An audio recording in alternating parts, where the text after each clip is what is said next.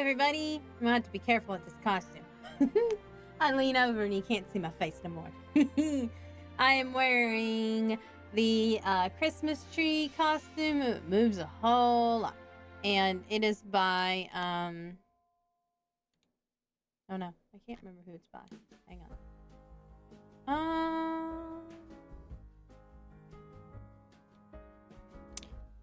Can't remember. Hang on. We'll find out.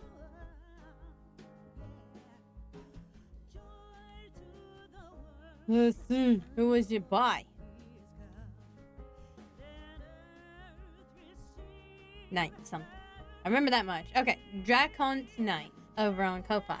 He had a lot of Christmas costumes and stuff for like really cheap. So I decided to get me some. Let me just fix it a little bit. That is not. I just must have unlocked it off it. There we go. There. Maybe now I'll have more room. Nope. I got it. Anyway, we'll just roll with it. Okay. So today's stream is we are going to read some Christmas stories. First up, we have The Nutcracker, a young reader's edition of the holiday classic. And I got that one because it's like really short. Then we're going to read some of, and maybe all of it, depends on how my voice is doing, The Life and Adventures of Santa Claus by L. Frank Baum. And this is from the Project Gutenberg. So it is like free to use. So if you go to gutenberg.org, it is free. And it's free to use, you know. And then there's a Christmas Fairy, and it was published in 1900s, and so it is by John Strange Winter. Interesting. There are other like fairy tales in this one, but the first one in the book is a Christmas Fairy. So. And then, of course, we have to read the classic 'Twas the Night Before Christmas poem. And then I'll probably take a really short break, you know, stretch my legs and everything, because they're really sore after today. So I need to make sure that I don't sit down for too long, because it will hurt when I get back up. And then we'll play some Honkai Star Rail. And so we got to get our Genti, and we got to finish up that photography event, because it does end soon. So we got to make it not end soon. We got to finish it off. So let's go ahead and get started with the Nutcracker. It's a really cool picture book. You pick this up like anywhere for about like $5.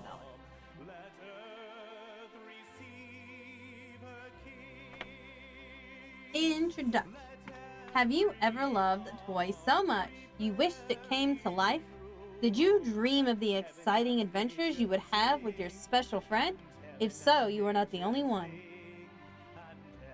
Nearly 200 years ago, in 1815, the German writer E.T.A. Hoffmann wrote a story called The Nutcracker and the Mouse King, telling how a little girl's love brought to life her cherished Nutcracker, an enchanted Christmas gift from her mysterious godfather. The tale charmed readers of all ages, including the French writer Alexandre Dumas, who published a retelling of the story in 1847. From that adaptation, the Russian composer Peter Ilk Tchaikovsky and the choreography Lev Ivanov created their ballet, The Nutcracker. First performed in the St. Petersburg in 1892, it is now a classic performed throughout the world every holiday season. We actually did this in the studio one year. It was cool. It's one of my Dragonette's favorite plays, and she got to play the Mouse King, so she was super excited. Why has the Nutcracker remained so popular? As the story itself explains, if you love something very much, it is always alive. Pure love of this extraordinary story has kept the words alive for nearly 200 years, so they can dance for you across these colorful pages. Wish I could show you the pictures, but you know. The first one is of the city with like fairies dancing around in the air. Describe it to you. Chapter 1. It had been snowing all day, and the gray city of Frankfurt was transformed. From her bedroom window, Maria Stahlbaum watched the white flakes falling across the chimneys and tiled roofs, whirling against dark windows and laying a thick carpet down every street and alley. The wind was rising, frequently blowing the snow in layers so dense as to hide the houses opposite. Then the layers would open and you could see every lintel and cornice growing bigger with the snow. Presently, lamps were lighted in the windows next door, and in the bright beams the driven snowflakes surged up like a crowd of elfin dancers in ballet dress. Waltzing and following fast behind each other, they moved on a mighty leap straight across the space toward Maria's window. She heard the tinkle of tiny diamonds upon the panes. She saw the fairy-like figures just for a moment before a great blast of wind shook the old house and threw a blanket of snow against the glass. Hang on one second. The taking away, I'm gonna find a new song list. It's instrumental and it's not, there we go. That sounds a little bit better. That way so it doesn't take away from me reading and everybody's not straining to hear the music too, because that's really distracting. Luckily, Maria thought, the fir tree had been brought to the door that morning, for it was Christmas Eve. The party gifts had all been wrapped and the good things to eat prepared or delivered. But how would the guests ever get here through such a storm? There was to be a dance in the big room at the back of the house, and Maria could not bear to miss any of the ladies in their evening dresses. And what of old Godfather Drosselmeyer? He was the godfather to both Maria and her brother Fritz. Christmas would not be Christmas without Godfather Drosselmeyer. Oops. Such a strange old man, so wise and so clever, so severe at times in his black formal clothes, his old-fashioned manners, and grave voice. For years he had worn a dark patch over one eye, but the other eye was as staring and sharp as an owl's. And yet Maria and Fritz loved him completely. No one else could tell such exciting stories or bring such a feeling of wonder to every part of the festivities.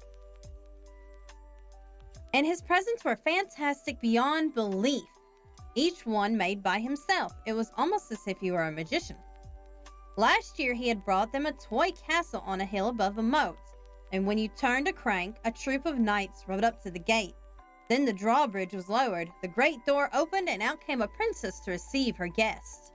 Before that, one year, there had been a magic theater with 2 scenes from Sleeping Beauty acted out by tiny figures, and other inventions so precious that Father had a special cupboard built to keep them safe behind glass doors.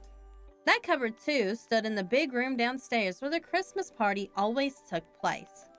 Maria unlatched the window and pushed all it open against the snow piled on the sill. The icy white powder rushed up into her face, but as she leaned out a little, she could see people with lanterns coming down the street. There were 4 grown-ups and several children. All of them were bundled tight in heavy coats. They looked funny because their feet were almost buried in the soft snow. Beyond them was another group of people. Surely that was her Aunt Lisa in the scarlet greatcoat. All of them were coming to Maria's house. Soon, she and Fritz would be summoned to the big room, and the wonderful Christmas party would begin.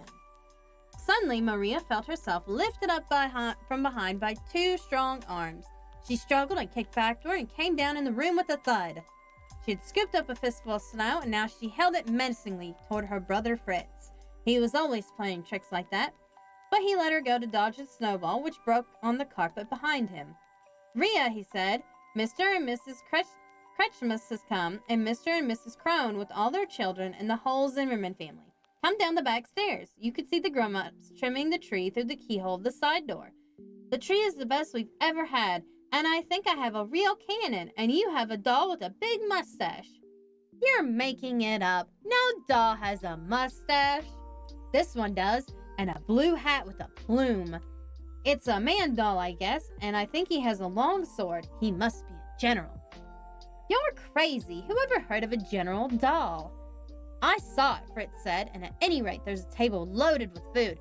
Chocolate cake, ginger cookies, and heaps of peppermint stripes and all-colored bonbons. Come on." "Has Godfather come?" "Godfather never comes at the beginning. Don't you remember?"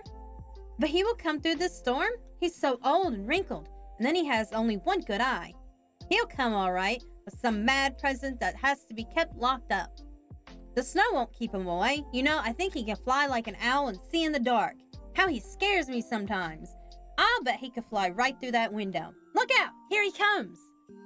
Woo! Woo! The blizzard shrieked against the window pane. A chunk of solid snow dropped unexpectedly from the roof like a white owl upon the ledge outside. Fritz ran and locked the window tight, then grabbed his sister's hand, and the children rushed, laughing, out of the room. A mouse scurried out of sight as Maria and Fritz hurried down the hall. Mr. Stahlbaum's house was old and huge, and there were a number of mice in the walls, but he was too kind-hearted to trap them. Fritz did not mind them at all, but ever since Maria had seen one running off with a little rug from her dollhouse, she did not like them. They were big, blackish mice, too, and having such kind-hearted people to live with had made them very bold. Sometimes at night, most often the moon was shining, Maria would be wakened by the faint but persistent crunch, crunch of a mouse gnawing a hole in the wall behind her bureau. There was a broad, steep stairway going down to the family rooms on the floors below. On the ground floor, running out like a wing into the garden, was the largest room in the house. It was a kind of drawing room and playroom combined. You could reach it through the main hall, and you could also reach it by the way of the back stairs, which was the way Fritz and Maria now took.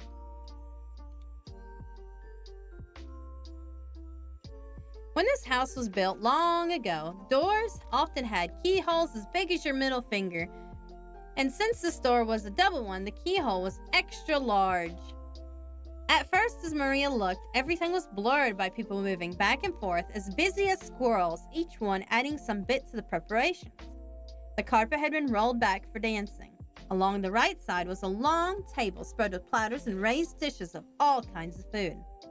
Behind and above the people, in front of one window, and nearly as tall, rose the Christmas tree.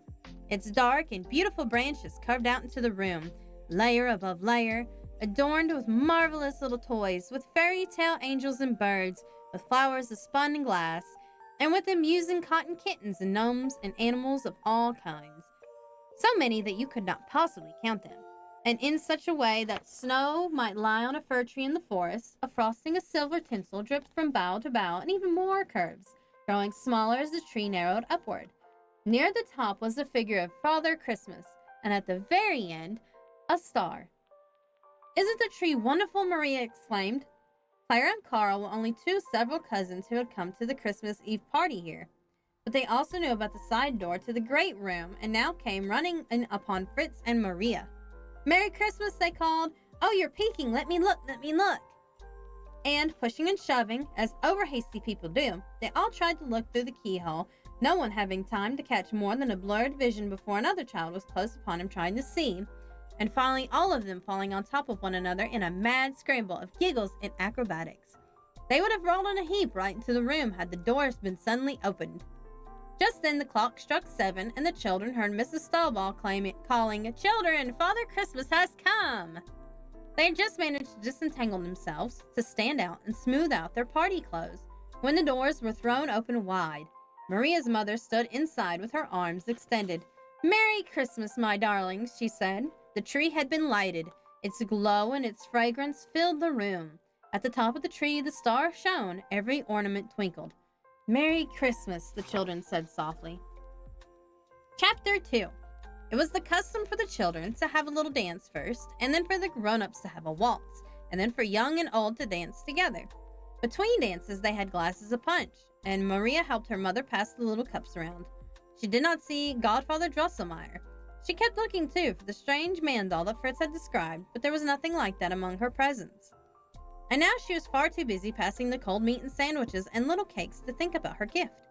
But quite suddenly, as she offered a slice of cake to old Mrs. Grumple, who was sitting close to the tree, Maria saw the most remarkable thing. Fritz had been telling the truth. Standing stiffly on a little table, as if at attention, was a little soldier. He wore highly polished boots, red trousers with a blue stripe, a white vest crossed by 2 bands of crimson, a deep blue general's coat, and an impressive hat with a plume. He must be made out of some kind of metal, Maria thought, for he looked so sturdy and strong. He had a high arched nose, a jutting chin, and round and brave-looking eyes. A rather extra-large mustache grew from his upper lip.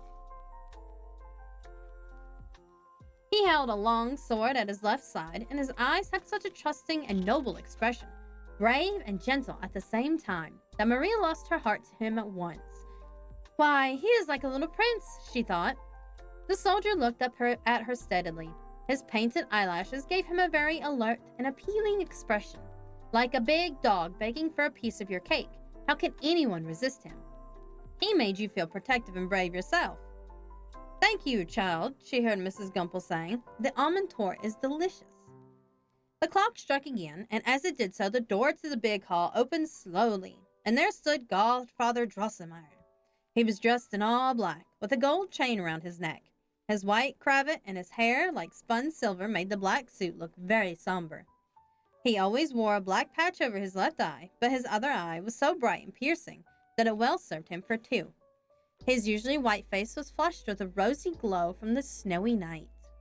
When he came forward, he was followed by two tiny little men servants, each carrying a Christmas package nearly as big as a large boy. No one had seen such packages before. When the greetings were over, the two servants untied and opened the packages. Out of one box, they took a huge cabbage, out of the other a very pink cake.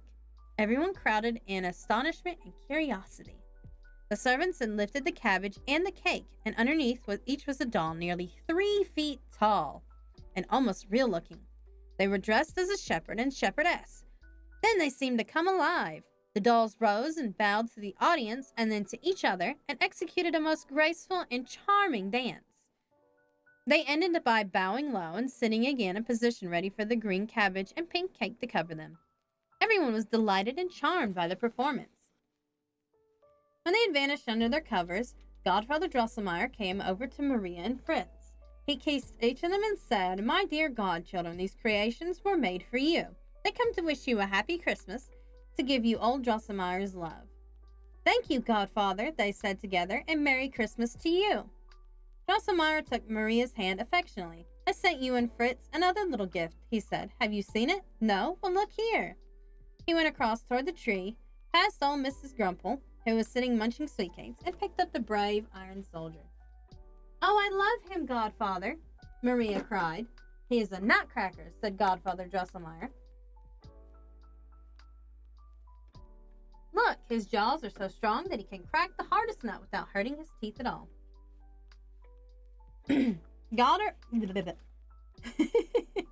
Godfather Drosselmeyer held the soldier with one hand and with his other hand raised the soldier's long sword backward. As he did so, the mouth opened wide, revealing 2 rows of very white teeth. Then Drosselmeyer placed a walnut in the nutcracker's mouth, pressed down the sword, and the jaw closed, cracking the shell into 4 even pieces. He handed the cracked nut to Maria. Then he tried a hazelnut, an almond, and a Brazil nut, each time giving the open nut to one little girl or another. The boys, too, had crowded around to see this curious fellow, but Fritz was not much impressed. "Didn't I tell you, Maria," he said. "Now you have a doll with a big black mustache." "He's not a doll, he's a magic nutcracker." "What's so magic about him?" Fritz asked.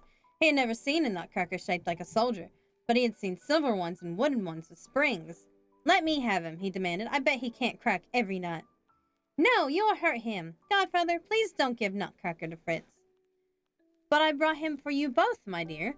"There, Fritz, and be careful. He'll crack nuts for you for many years, but you must not abuse him."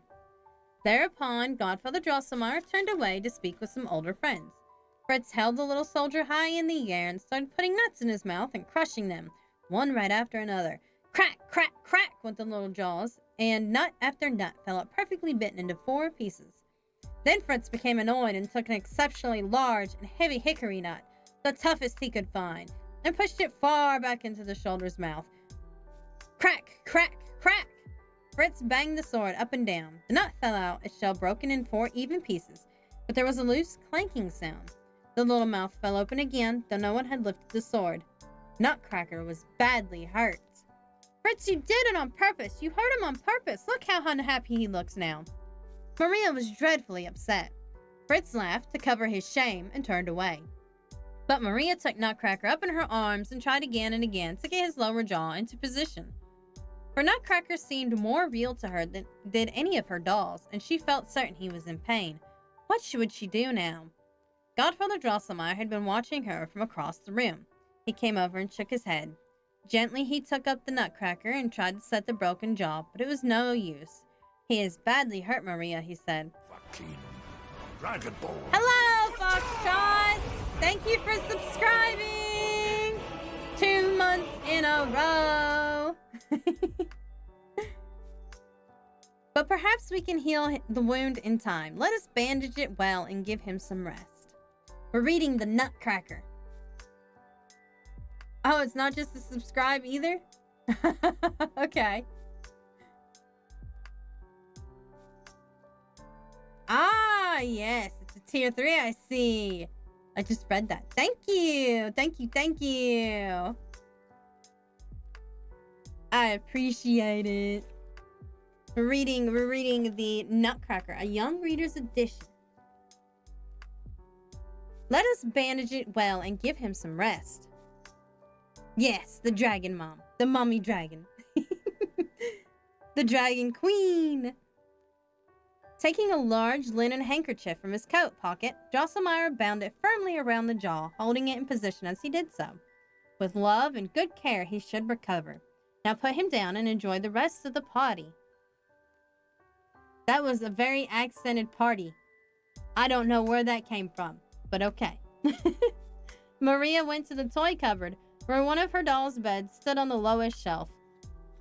It was just the right size for Nutcracker. I suddenly had a New Jersey accent. Gently, she made him comfortable in the bed, and she was not at all surprised when his eyes closed as she laid him down. She had no fever, she could tell. He could sleep now. In the morning, she would come to look after him and bring him some nourishment. Meanwhile, the party had become very merry. People were laughing and talking gaily. Coming back from the cupboard, Maria saw that the presents had just been given. For each girl, a handsomely dressed doll with a doll's blanket and pillow. For each boy, a little rifle and either a drum or a fife. Soon the girls were rocking their new babies in their arms, and the boys, led by Fritz, formed into a platoon of well-drilled troops and went parading back and forth across the room. Shrill fifes pierced the air, and drums' rolls thundered out over all conversation. On they came in full battle array, and suddenly, making a left march, they plunged head-on into the group of girls with their dolls. Maria started scolding Fritz, and in 2 minutes there was more noise in the room than in the wild storm outside. At length, Fritz's father could tolerate it no longer. Stop it, he cried. This is a party for everyone, not just for boys and girls. Come all of you and take partners. We need another dance. Aunt Lisa sat at the square piano, and soon they were all off in a lively polka. It was great fun and had to be followed by an easier waltz. Then the ices and rich mocha cake were served with hot chocolate for the children. Some of the grown people had wine, and they offered toasts to each other and to Christmas itself. They stood in front of the tree and sang the carol of Christmas night. And it was time to be going. All Mrs. Gumple had already nodding, and several boys were struggling to keep from yawning. The warm room, the rich food, and the dancing had made everyone tired. So into their winter wraps and out to the snowy night they went, with such fond farewells you would have thought there was no such time so wonderful as Christmas time, and you would have been right. The last to come was the last to leave. Long after the children were in their beds, Mother and Father stood in the front hall saying goodnight to the lingering guests. It was getting chilly from the constant opening of the outer door. Only when everyone else had gone did Godfather Drosselmeyer appear, at the far end of the hall, not from the cloakroom, although he was covered from shoulders to shoes in an immense gray fur coat. There was a crafty glint in his eye and a smile on his face. "We have made an old man feel young again," Godfather Drosselmeyer said to his hosts. "What a splendid and joyous party! I have not spent a more enjoyable evening in many a year. Truly, a spell was put upon this house tonight." He shook hands with Dr. Stahlbaum, put on his tall fur hat, and stood on the top step.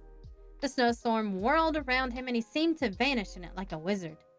Days later, a maid, who had come into the empty party room that night to tidy up a bit after all the guests had gone, said she had been badly frightened by finding an old man there in the corner, bending over a doll's bed. He had a slender, shining object in one hand, like a medicine dropper or a small screwdriver. When she called out to him, he raised one finger to his lips and made the sign of silence. In the dim room, the maid was too startled to know if it was one of the guests. She thought it could not possibly be. Chapter 3. Cranch, cranch, cranch. There was that sound in the walls again. Maria sat up in bed, holding the quilt around her. How cold it was. She leaned from her bed to look at the sky. The snow had stopped falling and the moon had come out. She could see it glinting on the tiny tinsel wrapper of a candy on her bed table. She had brought it up for a good night's snack and been too sleepy to eat it. She felt wide awake now, though she could not have slept for very long, for it was deep night. Crunch, crunch. They were louder than ever. Were they bigger mice, or were there more of them? She thought of the Christmas tree and of Nutcracker lying in his little bed with his thin cover. She wished she had brought him up here. Surely she should have given him more covers, for the party room would be bitterly cold by now. Maria slid out of bed and into her slippers and wrapper. When she lighted her bedside candle lamp, the sound on the wall stopped abruptly. She opened the door quietly and went down the long, dark hall toward the stairs. Maria's velvet slippers muffled her steps. The stairs were carpeted and firm, and she went down them in complete silence. Even going into the big room made no sound, for the door was ajar and she could pass through. Most of the room lay in shadow, her candle beam lighted only by a narrow strip of the floor. As she came in, it followed across the wall the tall owl clock. It picked up the dial, and then both golden hands pointed together to the owl's head on top.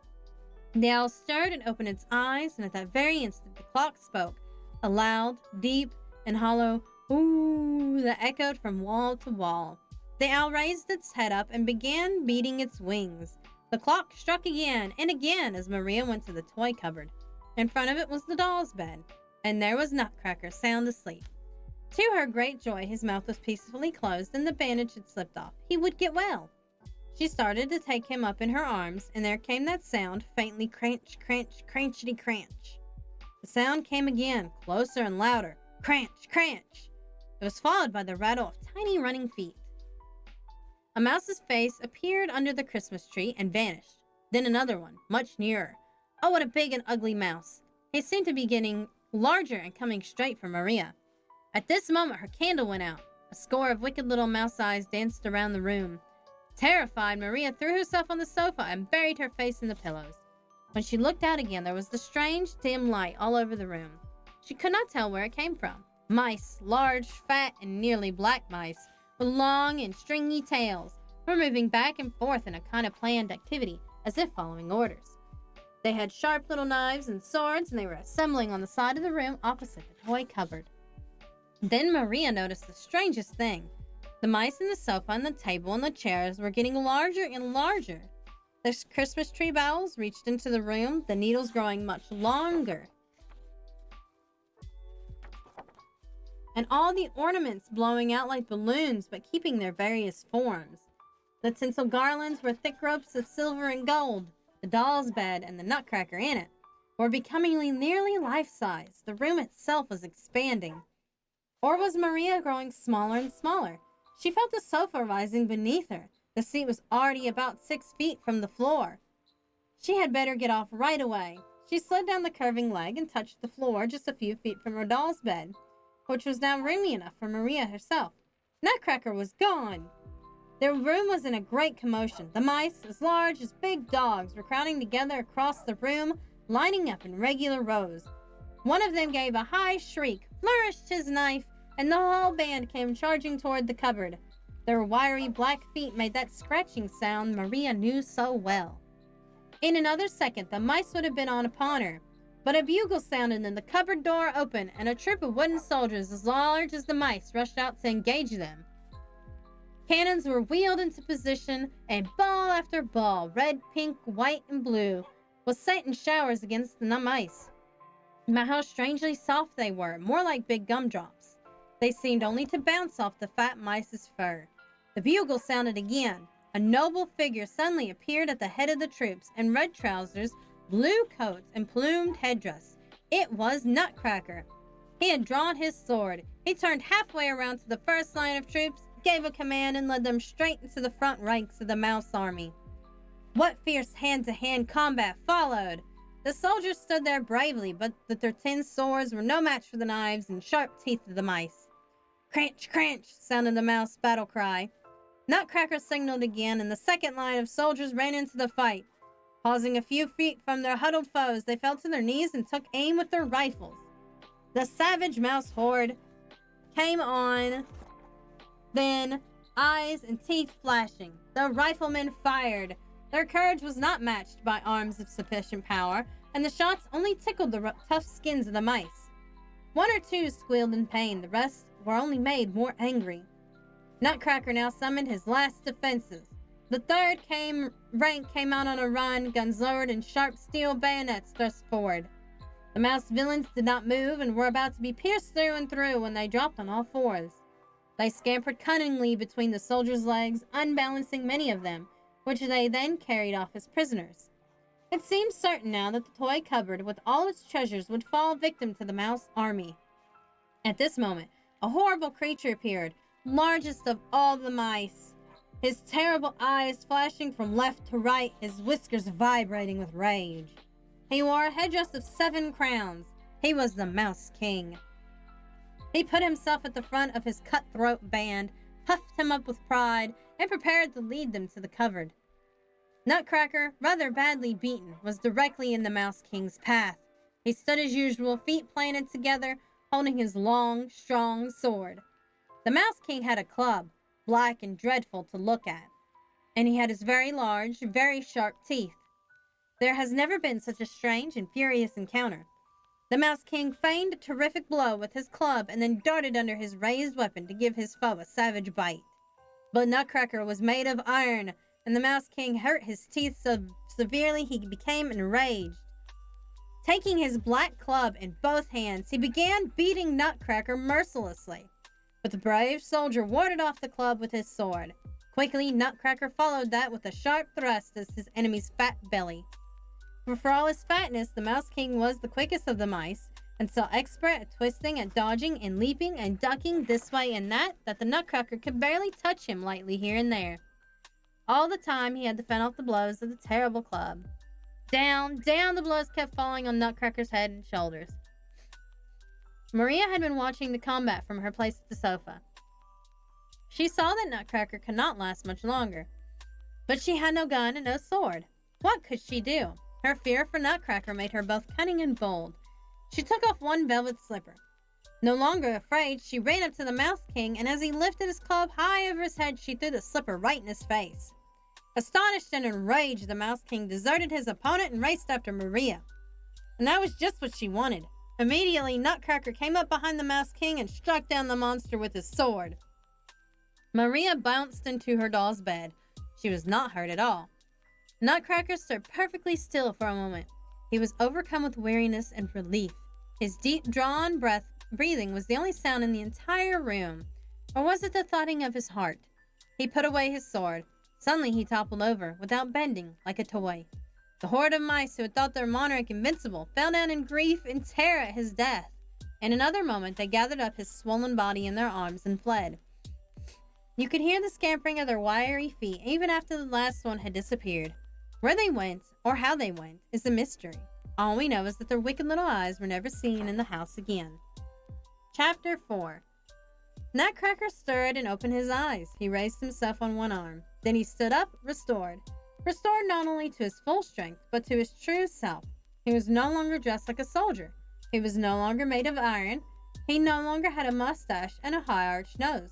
He was a handsome youth dressed in a long blue hose, a jacket of silver, slippers of silver, and a little coat lined with crimson. His hair was cut close, of a ruddy blonde color, almost matching his belt and scabbard of gold. Only his gentle eyes had not changed. They were as deep and round and as confident as before. Nutcracker crossed to the far corner of the room and found the velvet slipper that had saved his life, and then to the opposite side, where Maria's wrapper hung over the foot of the bed. He put the wrapper around her and the slipper on her foot. "Is it you, Nutcracker?" Maria said, so astonished she could only stand and stare. "What does it all mean?" He smiled at her very tenderly. "It means," he said, "that the spell has been broken. I was a young boy who did not appreciate his good fortune. I had health and friends and work to do, but I was so foolish as to be discontented and to complain of all this and that all the time. An enchanter deprived me of my speech and turned me into a nutcracker, so my mouth would no longer whine, but would serve some kind of purpose until I should learn to be glad of living and being of use. The spell would only be broken when someone realized how much I had changed and believed that I had a new heart under my funny costume of painted iron. It was you, Maria, who broke the enchantment, or rather, completed it. For you see, it was a lucky enchantment, since now I do know that it is good and wonderful to be alive. The room became illuminated as the moon began to shine on the snow outside the window. It shone on Maria's slipper and on the golden sword at Nutcracker's side. It shone on all the twinkling ornaments on the Christmas tree. "What is your real name?" Maria asked. "My name is Prince Nikita, but now I like Nutcracker better." "And what are you going to do now?" "I think I shall go on being a nutcracker," he said. "That is as good a job as any, at least for a while." "But if you are a prince, you must live far away, Nutcracker. Will you go there?" "No, I want to stay here with you, Maria. Where I live is quite far away, if you think it is far away. But it is only a few steps, really. Come, I will show you." One of the tall French windows blew open. Nutcracker lifted his beautiful sword and walked out into the night. Maria was spellbound for a moment. And then, as she was about to rise and follow him, her little bed began to move like a sleigh toward the window. She tucked the wrapper and coverlet close around her. She was quite warm. Without a sound, her bed glided on under the yellow curtains, through the window, and out of doors. Have you ever been in a forest in deep winter, with the snow frozen so hard that you could walk on its glassy surface, and green fir and pine trees wearing edgings of snow like white fur? 1 second.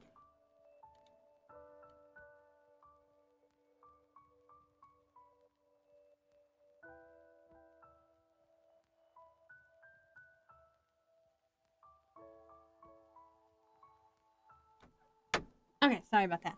With little tracks of rabbits and birds crisscrossing on the white floor and tiny crystals of ice blinking on and off like winter fireflies. When it is so still that you can hear the least movement of twig or shifting snow. Through such a forest, Maria found herself moving in her sleigh bed. Nutcracker strode on ahead, his red cloak beckoning like a beckoning torch. It was no longer night, and it was snowing again. Large flakes that circled around the bed and came rushing toward it in a great throng at every turn in the path. When Maria saw what she had only glimpsed from the window hours ago, the snow fairies soaring through the air and dancing down the aisles of the forest. They were extraordinarily lovely with their costumes of silver hoarfrost and diadems of snowflakes more brilliant than diamonds. They surrounded the sleigh bed, whirling and leaping so close together that it was quite dizzying. Then at the height of their wild dance, the forest and all its spirits seemed to melt in the air. The snow was gone. The path had become a little canal of water bordered with green plants and colorful flowers. The bed was a boat upon it. Far down the canal, Maria could see a flight of stairs on one side, with the Nutcracker waiting on the lowest step. As the little boat drew up, he stepped aboard beside Maria and they sailed on. In the distance, the castle seemed to rise out of the water. It gleamed like a giant party cake. Its walls were made of icing. Over the windows were candy flowers, and peppermint stripes spiraled up the tall towers. At intervals stood statues carved out of marzipan. An archway of golden taffy spanned the canal, and under it the boat glided into the castle. It stopped at a flight of broad steps in a great hall made entirely of rock candy and soft pinks and yellows. A stately lady, dressed in gleaming white satin, stood at the top of the stairs to receive them, and beyond were many men and women dressed as if for a ball. Nutcracker said the lady was the Sugar Plum Fairy, and that this was the Fortress of Sweets. He introduced Maria, and then he told everyone how Maria had saved his life and broken the magic spell. Everyone said she'd been very brave. The Sugar Plum Fairy escorted the two children to a table overlooking the rock candy hall. People brought in many delicious and unusual foods, for after their battle with the mice and their trip through the forest, Nutcracker and Maria were very hungry. Each kind of refreshment was so prettily decorated that you could not tell just what it was. But it was better than ice cream or cherry pie or any birthday cake. While they were eating this delectable feast, the court entertained them with music and a series of dances, each representing something good to eat or drink. 2 women in ruffled skirts and 2 men in flaring trousers did the dance of chocolate, which was really a Spanish dance because so much chocolate comes, or used to come, from Spain. A stern Arab did a slow and rather sleepy dance on a rug. The music and his languid movements made you see the hot and lonely desert at night. Servants gave him tiny cups of coffee now and then, for the Arabians are great coffee drinkers. 2 Chinese girls brought in a big box of bamboo, like a tea chest. Out of it vaulted two Asian acrobats. Around and around the candy hole they turned cartwheels and flip-flops. One of them vaulted right over the table where Nutcracker and Maria were sitting. This dance was called the Dance of Tea because the Chinese loved that drink especially. Next came a number of muscular young men dressed in red and white stripes and carrying hoops. This was a dance of great agility and speed. The men seemed to fly through the air as they dove with their whirling hoops. It was the most brilliant dance of all. The music changed to an airing and soaring waltz. A troupe of dancers looking like flowers floated softly down from balconies and windows between the clear sugar columns. They danced as if borne by a breeze that made you think of a mountain meadow. Finally, like dandelion seeds, they were wafted up one after the other and out in between the columns. But now came the most amusing one. How Fritz would have liked it. A very tall woman came jerkily in, wearing the most tremendous skirt, like a huge round candy box. Suddenly she lifted one part of her skirt, and out came the tiniest children who tumbled and tripped about, just like dainty bonbons. They were dressed in pink and lavender, pale green and yellow, and there were so many of them. But somehow they all managed to crowd back under the big skirts again, and the candy box ladies sidled off. Now the Sugar Plum Fairy came forward with a handsome man to show what they could do. And this was the best of all, dancing so wonderful that Nutcracker and Maria forgot their caramel sherbet and sat in rapture. Only a dancer could describe the grandeur and charm of those figures, responding to the music in perfect unison, creating a pattern of motion that seemed to fill the vast room with advances and retreats, vigor and grace till you were hypnotized by its splendor. At the climax, the Sugar Plum Fairy spun like a top at furious speeds all the length of the room and was caught and lifted up by a trumpeting by her partner. When the applause had subsided, the dancers smiled and beckoned for Nutcracker and Maria to come down. All of the court gathered around and the children thanked them, bowing low. Chapter 5. As Maria raised her head, she knew that the court was not there.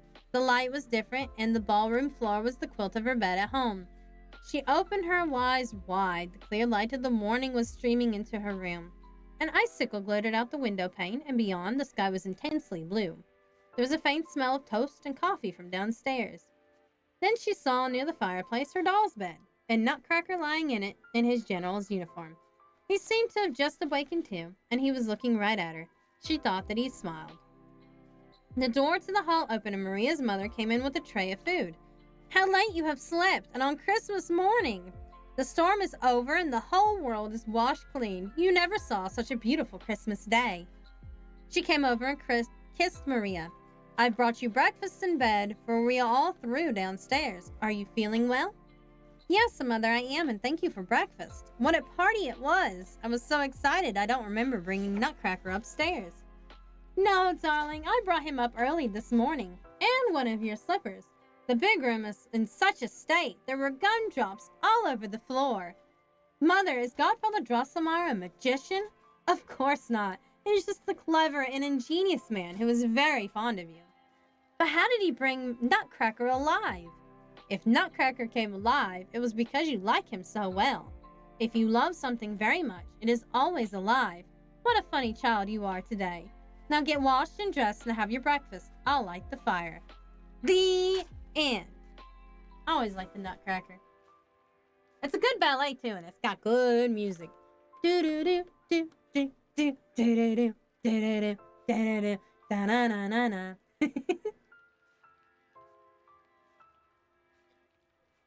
All right, so let's since we just read that one, let's read A Christmas Fairy, and then we'll read like the two Santa Claus stories back to back. Hopefully this isn't like too long of a story. A Christmas Fairy by John Strange Winter. 'Twas getting very near to Christmas time, and all the boys at Miss Ware's school were talking excitedly about going home for the holidays, of the fun they would have, the presents they would receive on Christmas morning, the tips from grannies, uncles, and aunts, of the pantomimes, the parties, the never-ending joys and pleasures which would be theirs. "I shall go to Madame Tussaud's and to the Drury Lane pantomime," said young fellows, "and my mother will give me a party, and Aunt Adelaide would give another, and Johnny Sanderson and Mary Greville, and ever so many others.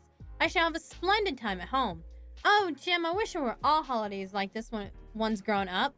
"My Uncle Bob is going to give me a pair of skates. Clippers," remarked Harry Wadham. "My father's going to give me a bike," put in George Alderson. Will you bring it back to school with you? Asked Harry. Oh, yes, I should say so if Miss Ware doesn't say no. I say, Shivers, cried Fellows. Where are you going to spend your holidays? I'm going to stop here, answered the boy called Shivers in a very forlorn tone. Here, with old Ware? Oh my, why can't you go home? I can't go home to India, answered Shivers. His real name, by the by, was Egerton, Tom Egerton. No, who said you could? But haven't you any relations anywhere? Shivers shook his head. Only in India, he said miserably. Poor old chap, that's rough luck for you. Oh, I'll tell you what it is, you fellows. If I couldn't go home for the holidays, especially at Christmas, I think I'd just sit down and die. Oh, no you wouldn't, said Shivers. You'd hate it and you'd get ever so homesick and miserable.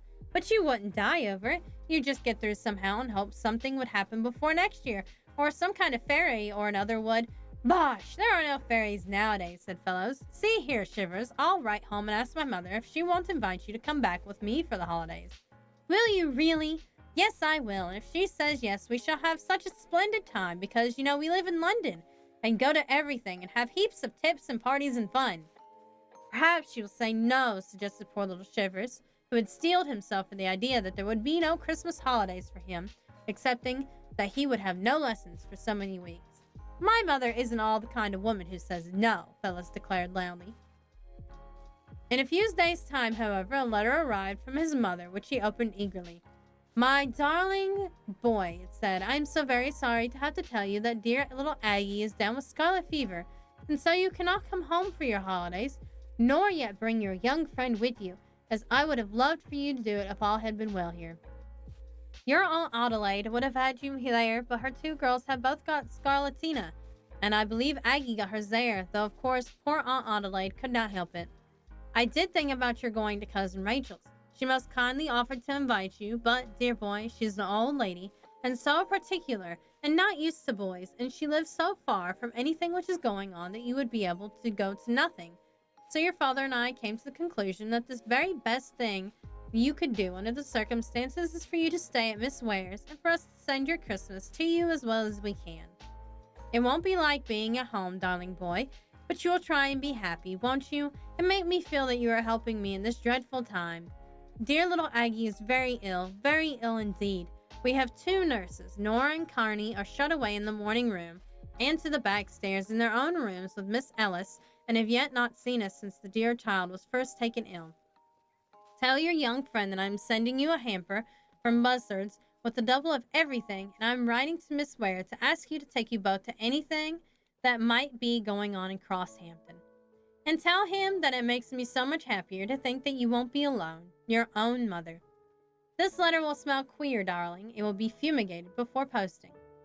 It must be owned that when Bertie Fellows received this letter, which was neither more or less than a shattering of all his Christmas hopes and joys, that he fairly broke down and, hiding his face upon his arms as they rested on his desk, sobbed aloud. Forlorn boy from India who sat next to him tried every boyish means of consolation that he could think of. He patted his shoulder, whispered many pitying words, and at last flung his arm around him and hugged him tightly, as poor little chap he himself many times since his arrival in England had wished someone would do to him. At last Bertie Fellows thrust his mother's letter into his friend's hands. Read it, he sobbed. So Shivers made himself master of Mrs. Fellows' letter, and he understood the cause of the boy's outburst of grief. Old fellow, he said at last, don't fret over it. It might be worse, while you might have me with your father and mother thousands of miles away. When Aggie is better, you'll be able to go home, and it'll help your mother if she thinks you're almost as happy as if you're at home. It must be worse for her. She has cried ever so over her letter. See, it's all tear blots. The troubles and disappointments of youth are bitter while they last, but they soon pass, and the sun shines again. By the time Miss Ware, who was a kind-hearted, sensible, pleasant woman, came to tell Fellows how sorry she was for him and his disappointment, the worst had gone by, and the boy was resigned to what could not be helped. Well, after all, one man's meat's another man's poison, she said, smiling down on the two boys. Excuse me. Poor Tom has been looking forward to spending his holidays all alone with us, and now he will have a friend with him. Try to look on the bright side, Bertie, and try to remember how much worse it would have been if there had been no boy to stay with you. I can't help being disappointed, Miss Ware, said Bertie, his eyes filling afresh and his lips quivering. No, dear boy, you would be anything but a nice boy if you were not. But I want you to try and think of your poor mother who was full of trouble and anxiety, and write to her as brightly as you can, and tell her not to worry about you more than she can help. Yes, said Bertie, but he turned his head away, and it was evident to the schoolmistress that his heart was too full to let him say more.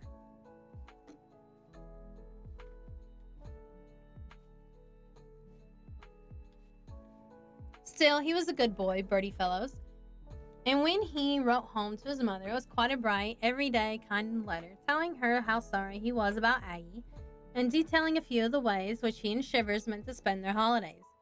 His letter ended thus. Shivers got a letter from his mother yesterday with £3 in it. If you happen to see Uncle Dick, will you tell him that I want a Waterbury dreadfully? The last day of the term came, and one by one, or two by two, the various boys went away, until at last only Bertie Fellows and Shivers were left in the great house. And it never appeared so large to either of them before. The schoolroom seemed to have grown to the size of a church. The dining room, now set with only one table instead of three, was not like the same, while the dormitory, which had never before had any room to spare, was like a wilderness. To Bertie Fellows it was all dreary and wretched. To the boy from India, who knew no other than the house in England, no other thought came than it was a blessing they had one companion left. It is miserable, groaned poor Bertie as they strolled into the great echoing schoolroom after a lonely tea, set at one corner, the smallest of the three dining tables. Just think if we had just been on our way home now, how different. Just think if I'd been left here by myself, said Shivers, and he gave a shiver which fully justified his name. Yes, but, began Bertie, then shamefacedly and with a blush added, you know, when one wants to go home ever so badly, one never thinks that some chaps haven't gotten a home to go to. The evening went by, discipline was relapsed entirely, and the two boys went to bed in the empty dormitory, and told stories to each other for a long time before they went to sleep.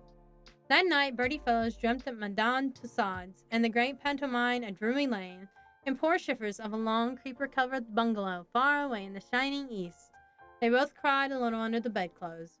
Yet each put on a brave face on their desolate circumstances to the other, and so another day began. This was the day before Christmas Eve, that delightful day of preparation for the greatest festival in all the year. The day when most households there are many little mysteries afoot, when parcels come and go, and are smothered away, so as to be ready when Santa Claus comes his rounds, when some are busy decking the rooms with holly and mistletoe, when the cook is busiest of all, and the savory smells rise from the kitchen, telling of good things to be eaten on the morrow. There were some preparations on foot at Minchin House, though there was not the same bustle and noise as to be found in a large family. And quite early in the morning came the great hamper of which Mrs. Fellows had spoke of in her letter to Bertie. Then, just as the early dinner had come to an end, and Miss Ware was telling the two boys that she would take them round the town to look at the shops, there was a tremendous peal at the bell of the front door, and a voice was heard asking for Master Egerton. In a trice, Shivers had sprung to his feet, his face quite white, his hands trembling, and in the next moment the door was thrown open, and a tall, handsome lady came in. To him he flew with a sobbing cry of, "Aunt Laura! Aunt Laura!" Aunt Laura explained in less time than it takes for me to write this, that her husband, Colonel Desmond, had left to him a large fortune, and they had come as soon as possible to England, having in fact only arrived in London the previous day. "I was so afraid, Tom, darling," she said in ending, "that we should not get here till Christmas Day was over, and that I was so afraid you might be disappointed, that I would not let Mother tell you you were on our way home. We have brought a letter from Mother to Miss Ware, and you must get your things packed at once and come back with me by the 6 o'clock train to town. And then Uncle Jack and I will take you everywhere and give you a splendid time. And dear little chap, here all by yourself." For a minute or two Shivers' face was radiant, then he caught sight of Bertie's down-drooped mouth and turned to his aunt. "Dear Aunt Laura," he said, holding her hand very fast with his own, "I'm awfully sorry, but I can't go." "Can't go? And why not?" "Because I can't go and leave Fellows here all alone," he said stoutly, though he could scarcely keep a suspicious quaver out of his voice. "When I was going to be alone, Fellows wrote and asked his mother to let me go home with him, and she couldn't because his sister had got scarlet fever, and they daren't have either of us. And he's got to stay here, and he's never been away at Christmas before, and I can't go away and leave him by myself, Aunt Laura, and—" For the space of a moment or so, Mrs. Desmond stared at the boy as if she could not believe her ears. Then she caught hold of him and half smothered him with kisses. Bless you, you dear little chap. You shall not leave him. You shall bring him along, and we'll enjoy ourselves together. What's his name? Bertie Fellows? Bertie, my man, you're not very old yet, so I'm going to teach you a lesson as well as I ever can. It's that the kindness is never wasted in this world. I'll go out now and telegraph your mother. I don't suppose she will refuse to let you come with us. A couple of hours later, she returned in triumph, waiting a telegram to the two excited boys. God bless you, yes, with all our hearts, it ran. You have taken a load off our minds. And so Bertie Fellows and Shivers found that there was such a thing as a fairy after all. How sweet. Okay, we're going to read some of the life and adventures of Santa Claus by L. Frank Baum, and then we will finish up the reading session with 'Twas the Night Before Christmas, and then we'll pop on Honkai Star Rail. And I'll have to take a short break for Honkai Star Rail, but that's like a 5-minute break.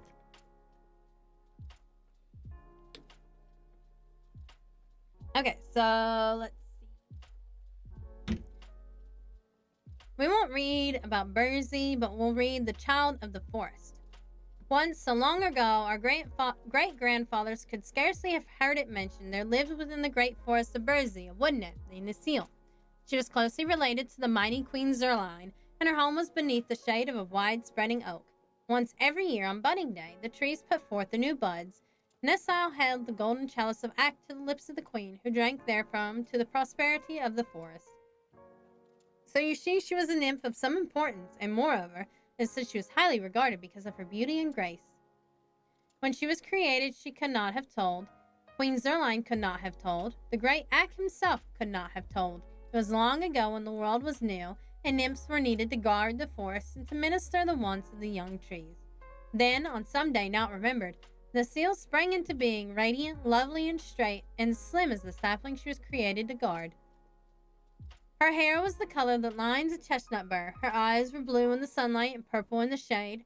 Her cheeks bloomed with the faint pink that edges the clouds at sunset. Her lips were full red, pouting and sweet. For costume, she adopted oak leaf green. All the wood nymphs dressed in that color, and no other so desirable. Her dainty feet were sandal-clad, while her head remained bare of covering other than her silken tresses. Necile's duties were few and simple. She kept hurtful weeds from growing beneath her trees and sapping the earth food required by her charges. She frightened away the gadgulls, who took evil delight in flying against the tree trunks and wounding them so that they drooped and died from the poisonous contact. In dry season, she carried water from the brooks and pools and moistened the roots of her thirsty dependents. That was in the beginning. The weeds had now learned to avoid the forest where the wood nymphs dwelt. The loathsome gadgulls no longer dare come nigh. The trees have become old and sturdy and can bear the drought better when fresh sprouted. So Necile's duties were lessened, and as time grew laggard... This is not erotica. It's the story of Santa. Wrong kind of nymph story, Mr. Rogath. Truly, the forest dwellers did not lack amusement. Each full moon they danced in the royal circle of the queen. There were also the Feast of Nuts, the Jubilee of Autumn Tintings, the solemn ceremony of leaf shedding, and the revelry of budding day. I heard nymph and thought it was my kind of story. Now. But these periods of enjoyment were far apart and left many weary hours in between. That a wood nymph should grow discontented was not thought of by Necile's sisters. It came upon her after so many years of brooding. But when once she'd settled in her mind that life was irksome, she had no patience with her condition, and longed to do something of real interest, and to pass her days in hitherto undreamed of by forest nymphs. The law of the forest alone restrained her from going forth in search of adventure. While this mood lay heavy upon pretty Necile, it chanced that the great Ak visited the forest of Burzy, and allowed the wood nymphs, as their wont, to lie at his feet and listen to the words of wisdom that fell from his lips. Ak is the master woodman of the world, and sees everything, and knows more than the sons of men. That night he held the queen's hand, for he loved the nymphs as the father loves his children, and they still lay at his feet with many of her sisters, and earnestly hearkened as he spoke. We live so happily, my fair ones, in our forest glades, said Ak, stroking his grizzled beard thoughtfully, that we know nothing of the sorrow and misery that fall to the lot of those poor mortals who inhabit the open spaces of the earth. They are not of our race, it's true, yet compassion well befits being so fairly favored as ourselves. Often as I pass by the dwelling of some suffering mortal, I am tempted to stop and banish the poor thing's misery. Yet suffering in moderation is the natural lot of mortals, and it is not our place to interfere with the laws of nature. Nevertheless, said the fair queen, nodding her golden head at the master woodsman, it would not be a vain guess that Ak has often assisted these hapless mortals. Ak smiled. Sometimes, he replied, when they are very young, children the mortals call them, I have stopped to rescue them from misery. The men and women I dare not interfere with, they must bear the burdens nature have imposed upon him. But the helpless infants, the innocent children of men, have a right to be happy until they become full grown and able to bear the trials of humanity. So I feel like I am justified in assisting them. Not long ago, a year maybe, I found 4 poor children huddled in a wooded hut, slowly freezing to death. Their parents had gone to a neighboring village for food and had left a fire to warm the little ones while they were absent. But a storm arose and drifted the snow in their path, so they were long on the road. Meantime, the fire went out and the frost crept in the bones of the waiting children. Poor things, murmured the queen softly. What did you do? I called Nelko, bidding him fetch wood from my forest and breathe upon it until the fire blazed again and warmed the little room where the children lay. Then they ceased shivering and fell asleep until their parents came. I'm glad you did thus, said the good queen, beaming upon the master, and Necile, who had eagerly listened to every word, echoed in a whisper, I, too, am glad. And this very night, continued Ak, as I came to the edge of Burzee, I heard a feeble cry, which I judged from a human infant. I looked about me and found, close to the forest, a helpless babe, lying quite naked upon the grasses and wailing piteously. Not far away, screened by the forest, crouched Shigera, the lioness, intent upon devouring them for her evening meal. What did you do, Ak? Said the queen breathlessly. Not much, being in a hurry to greet my nymphs. But I commanded Shigera to lie close to the babe and give it her milk to quiet its hunger. And I told her to send word throughout the forest to all beasts and reptiles that the child should not be harmed. I'm glad you did thus, said the good queen again, in a tone of relief. But this time Necile did not echo her words, for the nymph, filled with a strange resolve, had stolen away from the group.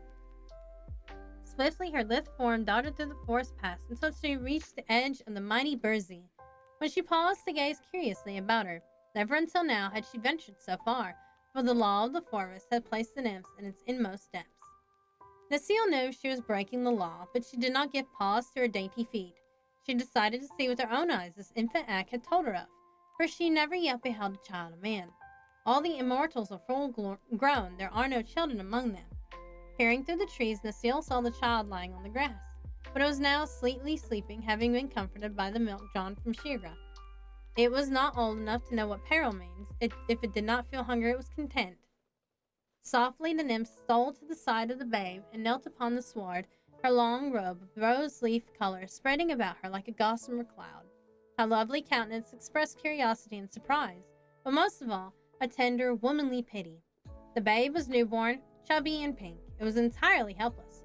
While the nymph gazed at the infant, opened its eyes, smiled upon her, and stretched out 2 dimpled arms. In another instant, Necile had caught it to her breast and was hurrying through the forest path. The adoption. The master woodsman suddenly rose with knitted brows. There are strange presence in the forest, he declared. Then the queen and her nymphs turned and saw standing before them Necile, the sleeping infant clasped tightly in her arms, and a defiant look in her deep blue eyes. And thus for a moment they remained, the nymphs filled with surprise and consternation. The brow of the master woodsman gradually clearing as he gazed intently upon the beautiful immortal who had wilfully broken the law. Then the great Ak, to the wonder of all, laid his hand softly on Necile's flowing locks and kissed her on the fair forehead. For the first time within my knowledge, he said gently, the nymph has defied me and my laws, yet in my heart I can find no word of chiding. What is your desire, Necile? Let me keep the child, she answered, beginning to tremble and falling her knees in supplication. Here in the forest of Burzee, where the human race has never yet penetrated? Questioned Ak. Here in the forest of Burzee, replied the nymph boldly. It is my home, and I am weary for lack of occupation. Let me care for the babe. See how weak and helpless it is. Surely it cannot harm Burzee, nor the master woodsman of the world. But the law, child, the law, cried Ak sternly. The law is made by the master woodsman, returned Necile. If he bids me care for the babe who he himself has saved from death, who in the world dare oppose me? Queen Zerline, who had listened intently to the conversation, clapped her pretty hands gracefully at the nymph's answer. You are fairly trapped, O Ak, she exclaimed, laughing. Now I pray you give heed to Necile's petition. The woodsman, as was his habit when in thought, stroked his grizzled beard slowly. Then he said, "She shall keep the babe, and I will give it my protection. But I warn you all that this is the first time I have relaxed the law, so it shall be the last time. Nevermore to the end of the world shall a mortal be adopted by an immortal. Otherwise we would abandon our happy existence for one of trouble and anxiety. Good night, my nymphs." Then Ak was gone, and from their midst, and Necile hurried away to her bower to rejoice over her newfound treasure.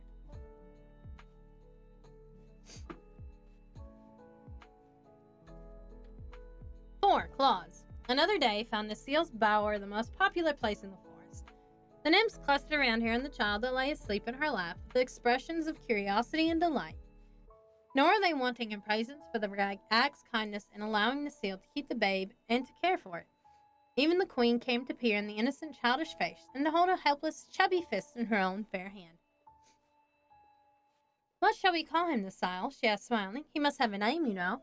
"Let him be called Klaus," answered Necile, "for that means a little one." "Rather let him be called Nicholas," returned the queen, "for that will mean Necile's little one." The nymphs clapped their hands in delight, and Nicholas came the infant's name, although Necile loved to call him Klaus, and in after days many of her sisters followed her example.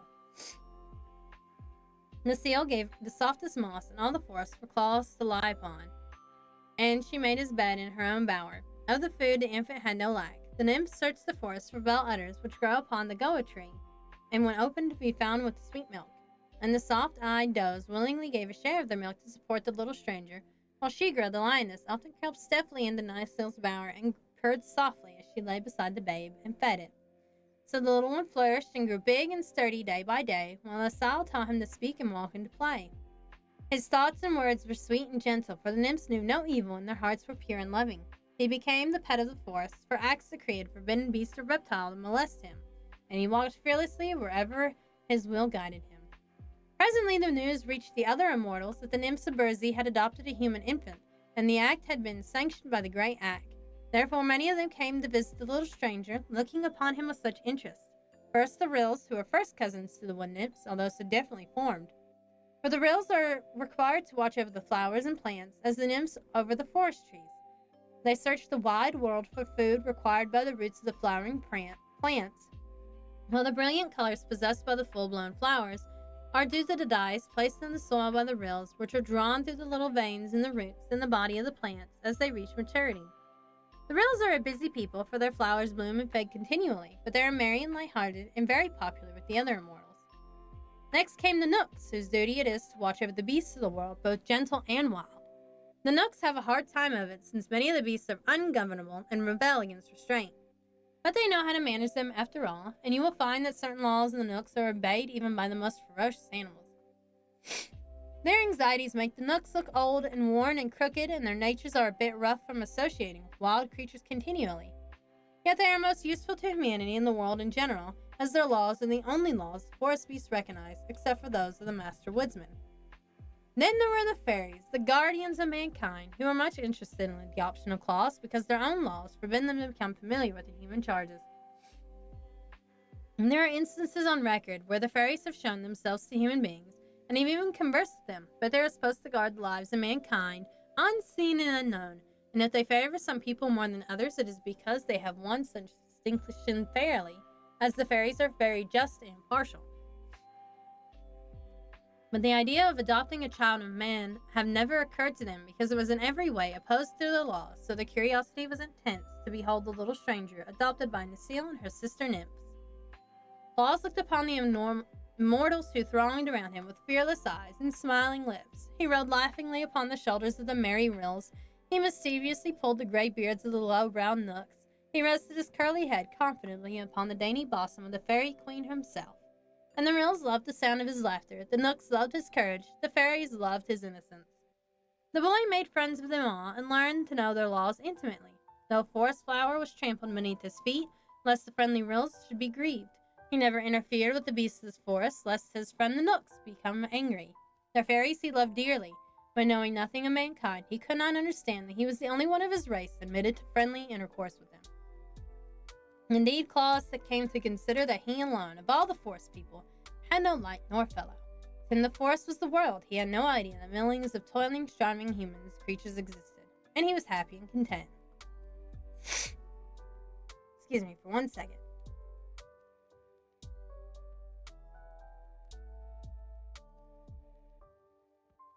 Sorry about that. Let's see. I don't want to read all these, so let's scroll through.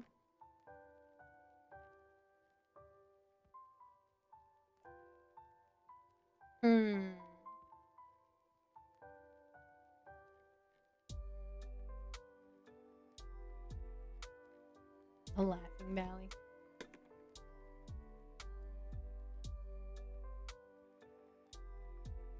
Oh, here we go. The great battle between good and evil. Ak listened gravely to the recital of Klaus, stroking his beard the while with slow, graceful motion that betokened deep thought. He nodded approvingly when Klaus told him how the Nooks and the fairies had saved him from death, and frowned when he heard how the Alguas had stolen the children's toys. At last he said, "From the beginning I have proved the work you are doing amongst the children of men, and it annoys me that your good deeds should be thwarted by the Alguas. We immortals have no connection whatsoever with the evil creatures who have attacked you. Always have we avoided them, and they in turn have hitherto taken care not to cross our pathway. And in this matter, I find that they have interfered with one of our friends, and I will ask them to abandon their persecutions, as you are under our protection."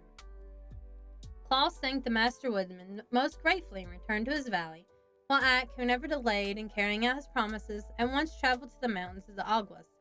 There, standing on the lower, bare rocks, he called on the king and his people to appear. Instantly, the place was filled with throngs of the scowling Aguas, and their king, perching himself on a point of rock, demanded fiercely, "Who dares call on us?" "It is I, the Master Woodsman of the world," responded Ak. "Here are no forests for you to claim," said the king angrily. "We owe no allegiance to you, nor any immortal." "That is true," replied Ak calmly. "Yet you have ventured to interfere with the actions of Klaus, who dwells in the Laughing Valley, and is under our protection." Many of the Aguas began muttering at this speech, and their king turned threateningly on the Master Woodsman. "You are set to rule the forest, but the plains and the valleys are ours," he shouted. "Keep to your own dark woods. Will do as we please with Klaus." "You shall not harm our friend in any way," replied Ak. "Shall we not?" asked the king impudently. "You will see our powers are vastly superior to those of mortals, and fully as great as those as immortals." "It is your conceit that misleads you," said Ak sternly. "You are a transient race, passing from life into nothingness. We who live forever pity you, but despise you. On earth you are scorned by all, and in heaven you have no place. Even the mortals after their earth life spend another existence for all time, and so are your superiors. How then dare you, who are neither immortal nor immortal, refuse to obey my wish?" The Aguas sprang to their feet with menacing gestures, but their king motioned them back. "Never before," he cried to Ak, while his voice trembled with rage, "has an immortal declared himself the master of the Aguas. Never shall an immortal venture to interfere with our actions again, for we will avenge your scornful words by killing your friend Klaus within 3 days. Nor you, nor all the immortals can save him from our wrath. We defy your powers. Begone, Master Woodsman of the world. In the country of the Aguas you have no place." "It is war," declared Ak with flashing eyes. "It is war," retained the king savagely. "In 3 days your friend will be dead." The master turned away and came to his forest of Burzy, where he caught a meeting of the immortals and told them of the defiance of the Aguas and their purpose to kill Klaus within 3 days. The little folk listened to him quietly. "What shall we do?" asked Ak. "These creatures are of no benefit to the world," said the Prince of the Nooks. "We must destroy them." "Their lives are devoted to only evil deeds," said the Prince of the Rills. "We must destroy them. They have no conscience and endeavor to make all immortals as bad as themselves," said the Queen of the Fairies. "We must destroy them." "They have defied the great Ak and threatened the life of our adopted son," said the beautiful Queen Zerline. "We must destroy them." The Master Woodsman smiled. "You speak well," he said. "These Aguas we know to be a powerful race, and they will fight desperately. Yet the outcome is certain. For we who can live can never die, even though conquered by our enemies. While every Agua who is struck down is one foe less to oppose us. Prepare then for battle, and let us resolve to show no mercy to the wicked." Thus arose the terrible war between the immortals and the spirit of evil, which is sung in the fairyland to this day. The King Agua and his band determined to carry out the threat to destroy Klaus. They now hated him for 2 reasons. He made children happy and was a friend of the Master Woodsman. But at Ak's visit they had reason to fear the opposition of the mortals, and they dreaded defeat. So the king sent swift messengers to all parts of the world to summon every evil creature to his aid. On the 3rd day after the declaration of war, a mighty army was the command for the King Agua. There were 300 Asiatic dragons breathing fire that consumed everything it touched. These hated mankind and all good spirits. And then there were 3-eyed giants of Tartary, a host in themselves who liked nothing better than to fight. And next came the black demons from Patagonia with great spreading wings like those of a bat, which swept terror and misery through the world as they beat upon the air. And joined to these were the Guzzle goblins, with long talons and striped swords, with which they clawed the flesh from their foes. Finally, every mountain agua in the world had come to participate in the great battle with the immortals. And the King Agua looked around this vast army and held his heart beat high with wicked pride, for he believed he would surely triumph over his gentle enemies, who had never before been known to fight. But the Master Woodsman had not been idle. None of his people were used to warfare, yet now they were called upon the face of hosts of evil. They were willingly prepared for the fray. Ak had commanded them to assemble in Laughing Valley, where Claus, ignorant of the terrible battle that was to be waged on his account, was quietly making his toys. Soon the entire valley, from hill to hill, was filled with little immortals. The Master Woodsman stood first, bearing a gleaming axe that shone like burnished silver. Next came the Rills, armed with sharp thorns from bramble bushes. And then the Nooks, bearing the spears they used for which they were forced to prod their savage beasts in submission. The fairies, dressed in white gauze with rainbow-hued wings, bore golden wands, and the woods nymphs in their uniforms of oak green leaf carried switches from ash trees as weapons. Loud laughed the Agua Queen who beheld the size and arms of his foe. To be sure, the mighty axe of the woodsman was to be dreaded, but the sweet-faced nymphs and pretty fairies, the gentle Rills and crooked Nooks, were such harmless folk that he almost felt shame of having called his terrible host to oppose them. "Since these fools dare fight," he said to the leader of Tartary giants, "I will overwhelm them with our evil powers." To begin the battle, he poised the great stone in his left hand and cast it full against the sturdy form of the Master Woodsman, who turned it aside with his axe. Then rushed the 3-eyed giants of Tartary upon the Nooks, and the Guzzle goblins upon the Rills, and the fire-breathing dragons upon the sweet fairies. Because the nymphs were Ak's own people, the band of Agua sought them out, thinking to overcome them with ease. But it is the law that while evil unopposed may accomplish terrible deeds, the power of good can never be overthrown when opposed to evil. Well had been for the King Agua had he known the law. His ignorance cost him his existence, for one flash of the axe, born by Master Woodsman of the world, cleft the wicked in twain, king in twain, and the earth of the vilest creature it contained. Greatly marveled the Tartary giants when the spears of the little Nooks pierced their thick walls of flesh and sent them reeling to the ground with howls of agony. Woe became the sharp-taloned goblins when the thorns of the Rills reached their savage hearts and let their lifeblood sprinkle all the plain, and afterwards from every drop a thistle grew. The dragons paused astonished before the fairy wands, from whence rushed a power that caused their fire breaths to flow back on themselves, so that they shriveled away and died.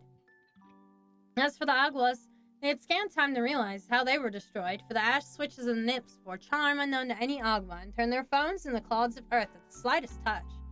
When Ak leaned upon his gleaming axe and turned to look over the field of battle, he saw the few giants who were able to run disappearing over the distant hills on their return to Tartary. The goblins had perished every one, and as the terrible dragons, while all that remained of the wicked Aguas was a great number of earthen hillocks dotting the plain. And now the immortals melted from the valley like dew in sunrise to resume their duties in the forest, while Ak slowly and thoughtfully to the house of Claus and entered. "We have many toys ready for the children," said the woodsman, "and you may now carry them across the plain to the dwellings and villages without fear." "Will the Aguas not harm me?" said Claus eagerly. "The Aguas," said Ak, "have perished. Now I will gladly have done with wicked spirits and fighting and bloodshed. It is not from choice that I told of the Aguas and their allies and of their great battle with immortals. They were part of this history and could not be avoided." Alright, we'll need to read the next one. It's the first journey with the reindeer, and then we'll read 'Twas the Night Before Christmas. Those were happy days for Klaus when he carried his accumulation of toys to the children who had awaited them for so long. During his imprisonment in the valley, he had been so industrious that all his shelves were filled with playthings, and after quickly supplying the little ones living near, he saw he must now extend his travels to wider fields. Remembering the time when he had journeyed with Ak through all the world, he knew children were everywhere, and he longed to make as many as possible happy with his gifts. So he loaded a great sack with all kinds of toys, slung it on his back that he might carry it more easily, and started off on a longer trip than he had yet undertaken.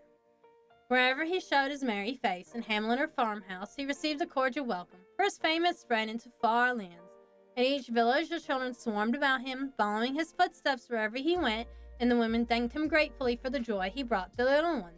And the men looked upon him curiously that he should devote his time to such a queer occupation as toy making.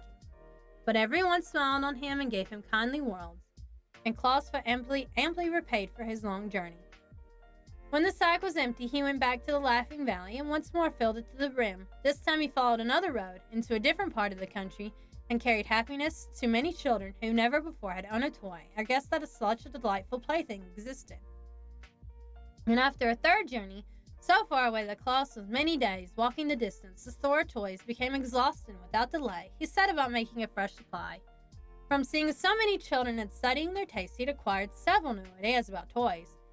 The dollies were, he had found, the most delightful of all playthings for babies and little girls, and often those who would not say dolly would call for a doll in their sweet baby talk.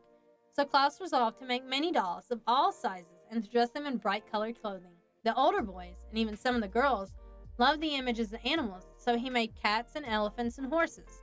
And so many of the little fellows had musical natures and longed for drums and cymbals and whistles and horns.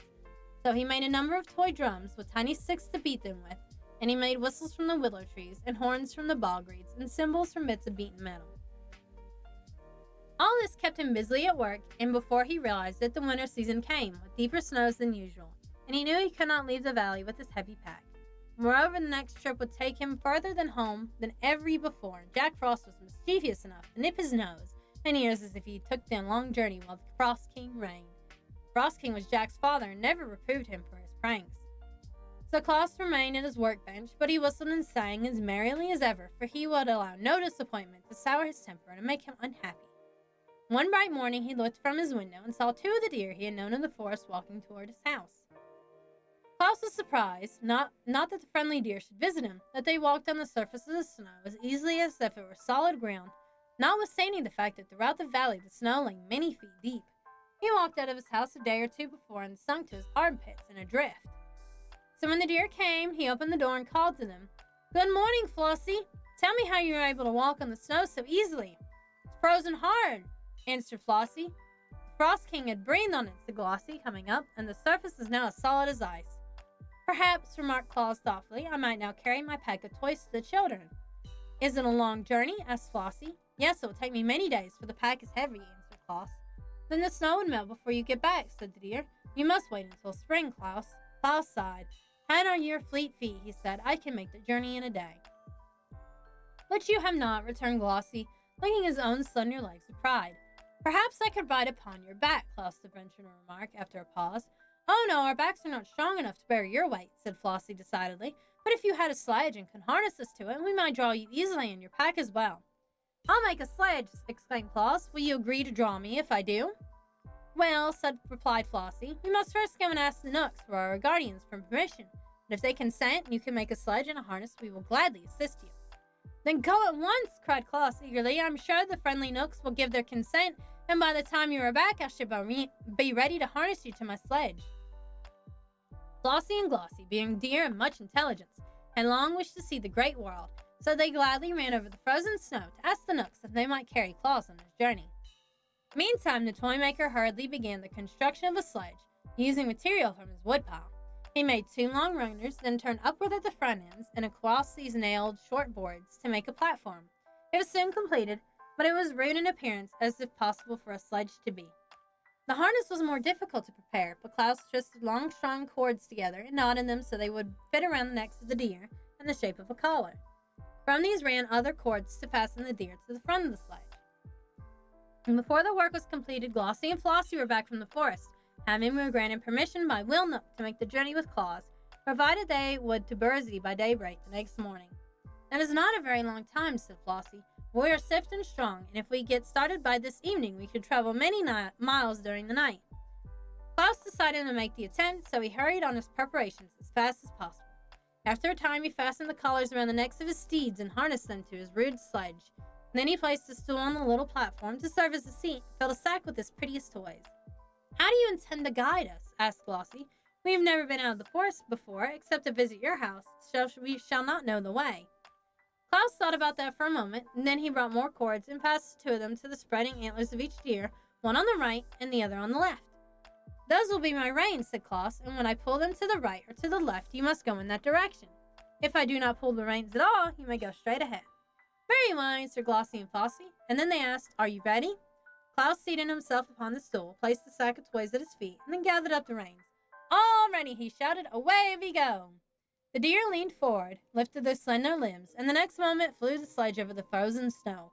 The swiftest in the motion surprised Klaus, for in a few strides they were across the valley, gliding over the broad plain beyond. The day had just melted in the evening by the time they started, for as swiftly as Klaus had worked, many hours had been consumed in making his preparations. But the moon shone brightly to light their way, and Klaus soon decided it was just as pleasant to travel by night as by day. The deer liked it better, for, although they wished to see something of the world, they were timid about meeting men, and now all the dwellers in the towns and farmhouses were sound asleep and could not see them. Away and away they sped, and up and over the hills, through the valleys, across the plains, until they reached a village where Klaus had never been before. Here he called on them to stop, and they immediately obeyed. But a new difficulty now presented itself, for the people had locked their doors when they went to bed, and Klaus found he could not enter the houses to leave his toys. "I am afraid, my friends, we have made our journey for nothing," said he, "for I shall be obliged to carry my playthings back home again without giving them to the children of this village." "What's the matter?" asked Flossie. "The doors are locked," answered Klaus, "and I cannot get in." Flossie looked around at the houses. The snow was quite deep in that village, and just before them was a roof only a few feet above the sledge. A broad chimney, which seemed to Glossie big enough to admit Klaus, was at the peak of the roof. "Why don't you climb down that chimney?" asked Glossie. Klaus looked at it. "It would be easy enough if I were on top of the roof," he answered. "Then hold fast and we will take you there," said the deer, and they gave one bound to the roof and landed beside the big chimney. "Good!" cried Klaus, well pleased, and he slung the pack of toys over his shoulder and got to the chimney. There was plenty of soot on the bricks, but he did not mind that, and by placing his hands and the knees against the sides, he crept downward until he reached the fireplace. Leaping lightly over the smoldering coals, he found himself in a large sitting room, where a dim light was burning. From this room, two doors led into smaller chambers, and one woman lay asleep with the baby beside her in her crib. Klaus laughed, but he did not laugh aloud for fear of waking the baby. Then he slipped a big doll from his pack and laid it in the crib. The little one smiled as if it dreamed of the pretty plaything it was to find on the morrow, and Klaus crept slowly from the room and entered at the other doorway. Here were two boys fast asleep with their arms around each other's necks. Klaus gazed at them lovingly a moment and then placed upon the bed a drum, two horns, and a wooden elephant. He did not linger now that his work in this house was done, but climbed the chimney again and seated himself on his sledge. "Can you find another chimney?" he asked the reindeer. "Easily enough," replied Glossie and Flossie. Down to the edge of the roof they raced, and then without pausing, leaped through the air to atop the next building, where a huge old-fashioned chimney stood. "Don't be so long this time," called Flossie, "or we shall never get back to the forest by daybreak." Klaus made a trip down this chimney also and found 5 children sleeping in the house, all of which were quickly supplied with toys. When he returned, the deer sprang to the next roof, but on descending the chimney, Klaus found no children there at all. That was not often the case in this village, however, so he lost less time than you might suppose in visiting the dreary homes where there were no little ones. Once he climbed down the chimneys of all the houses in that village and left a toy for every sleeping child, Klaus found that his great sack was not yet half empty. "Onward, friends," he called to the deer. "We must seek another village." So away they dashed, although it was long past midnight. In a surprisingly short time they came to a large city, the largest Klaus had ever visited since he began to make toys. But nothing daunted by the throng of houses, he set to work at once, and his beautiful steeds carried him rapidly from one roof to the other, only the highest being beyond the leaps of agile deer. At last the supply of toys was exhausted, and Klaus seated himself in the sledge with the empty sack at his feet and turned the heads of Glossie and Flossie toward home. Presently Flossie asked, "What is that gray streak in the sky?" "It is the coming of day," answered Klaus, surprised to find it was so late. "Good gracious!" exclaimed Flossie. "And we should not be home by daybreak, and the Knooks will punish us and will never let us come again." "We must race for the Laughing Valley and make our best speed," returned Flossie. "So hold fast, friend Klaus." Klaus held fast, and the next moment he was flying so swiftly over the snow that he could not see the trees as they whirled past. Up hill and down dale, as swift as an arrow shot from a bow, they dashed, and Klaus shut his eyes to keep the wind out of them and left the deer to find their own way. It seemed to him they were plunging through space, but he was not at all afraid. The Knooks were severe masters and must obey all hazards, and the gray streak in the sky was growing brighter every moment. Finally, a sledge came to a sudden stop. Klaus, who was taken unawares, tumbled from his seat into a snowdrift. As he picked himself up, he heard the deer crying, "Quick, friend, quick, cut away our harness." He drew his knife and rapidly severed the cords, and then he wiped from the moisture from his eyes and looked around him. The sled had come to a stop in the Laughing Valley, only a few feet, he found, from his own door. In the east, the day was breaking, and to the edge of the Burzia he saw Glossie and Flossie just disappearing in the forest. Alright, so that's how Klaus did the reindeer, Santa Claus. Alright, so now we're going to read "'Twas the Night Before Christmas" by Clement Mark Clark Moore, and then we'll take a short break so I can stretch my legs, and then we'll play Honkai Star Rail for like an hour or so. "'Twas the night before Christmas, when all through the house not a creature was stirring, not even a mouse. The stockings were hung by the chimney with care, in hopes that St. Nicholas would soon be there. The children were nestled snug in their beds, while visions of sugar plums danced in their heads. And Mama in her kerchief and I in my cap had just settled our brains for a long winter's nap. When out on the lawn there was such a rose, such a clatter, I sprang from the bed to see what was the matter. Away to the window I flew like a flash, tore open the shutters and threw up the sash.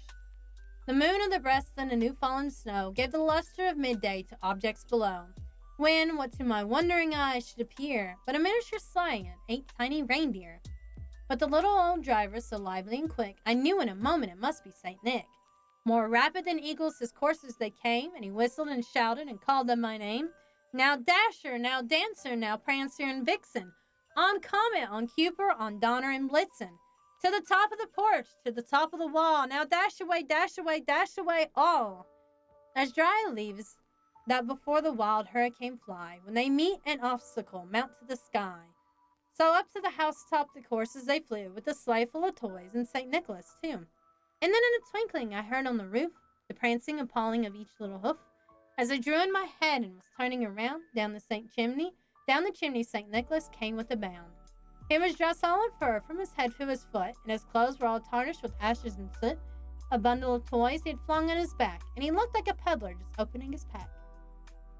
His eyes, how they twinkled, his dimples, how merry. His cheeks were like roses, his nose like a cherry.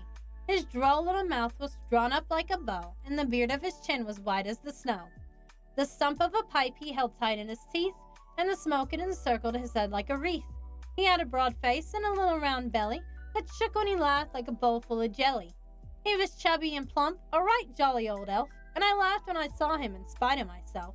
A wink of his eye and a twist of his head soon gave me to know I had nothing to dread. He spoke not a word, but went straight to his work, and filled all the stockings, then turned with a jerk, and laying his finger aside of his nose, and giving a nod, up the chimney he rose. He sprang to his sleigh, to his team, gave a whistle, and all they flew like a town of a thistle. But I heard him exclaim, as ere he drove out of sight, "Happy Christmas to all, and to all a good night." Okay, we're going to take a short break, and I'll be right back, and we'll play Honkai Star Rail.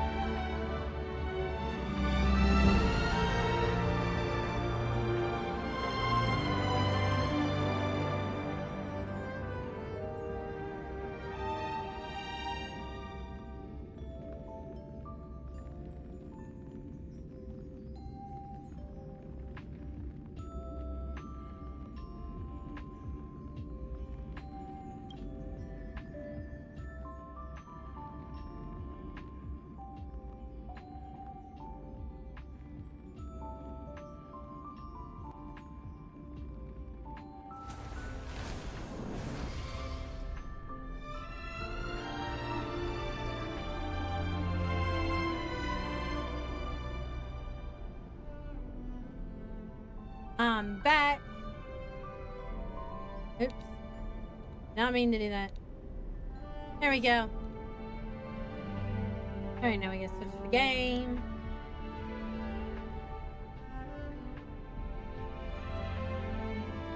There it is. Took me a minute to find it. Goodness, that's so loud.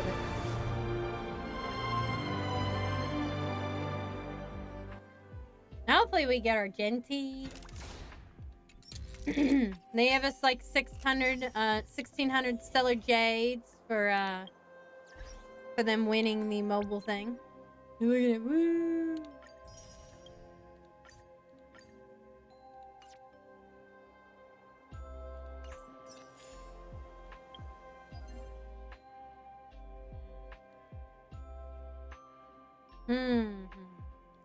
I'm gonna do my dailies later after I get off because I don't have a whole lot of time left. I only have like an hour. And we definitely need to get the rest of these. Alright. A mysterious figure holding an object, seemingly seated on a bench. What she's holding looks like somewhat familiar, like a musical instrument.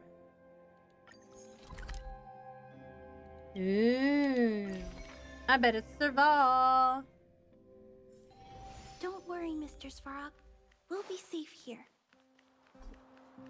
Oh, nope, it's her. Should've known it was a Serval because she was wearing a hat. Oops, I forgot to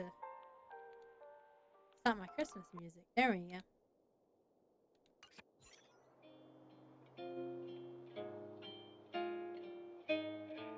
Aww.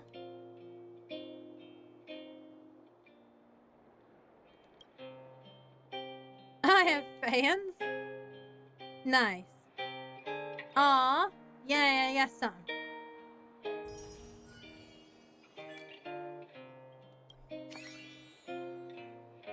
It's the tram.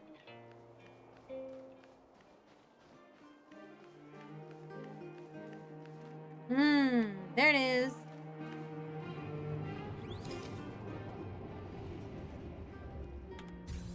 Got it. The tram. Uh-oh. Did I get run over by the tram? Oh, no.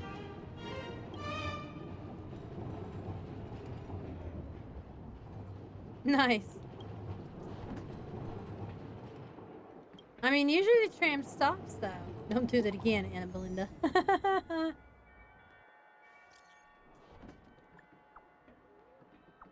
Took today's photo. Got hit by a tram. Maxed out my defense. My goodness. Alright, we got 3 more stops to do. Oh, that looks like her.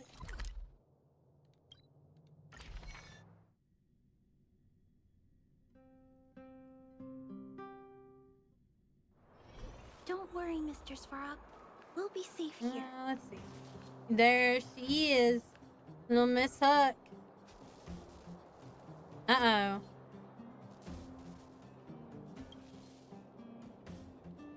Ha ha ha. I gotta take a picture of her first.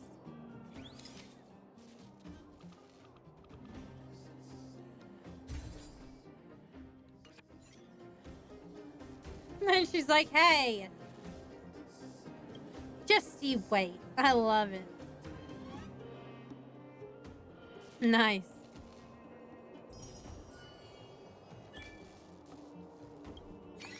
Truly adorable. Oh, we know where that is.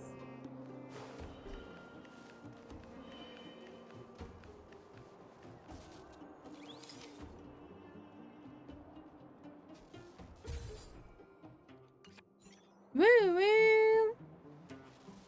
Oh, it's Sampo. Oh my goodness. We also gotta do the new event, the tournament. It is indeed Sampo.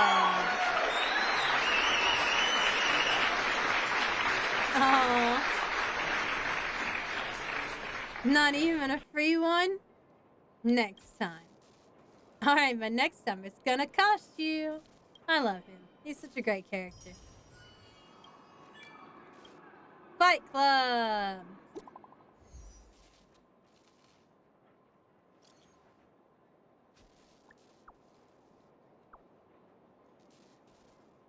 Looks so fucking adorable.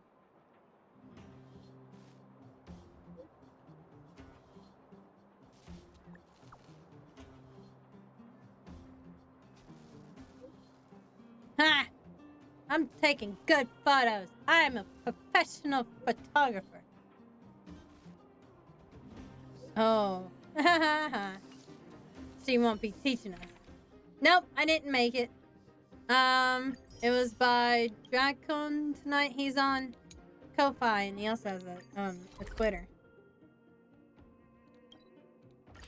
But no, I didn't make it. I don't do animations. This way, yes. Take caution.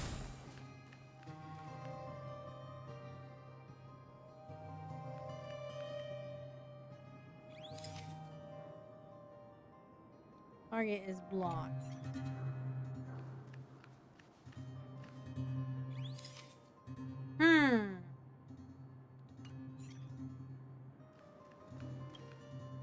Maybe I'm supposed to talk to him? Ah!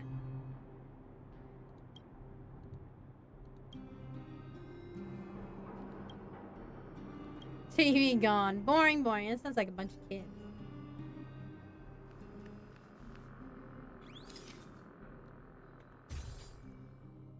TV off. It's boring.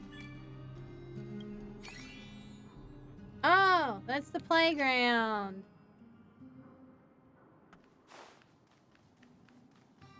Let's see. We'll teleport up there. Yeah.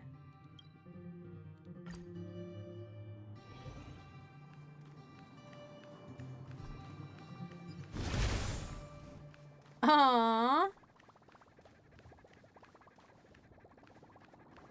Look how cute.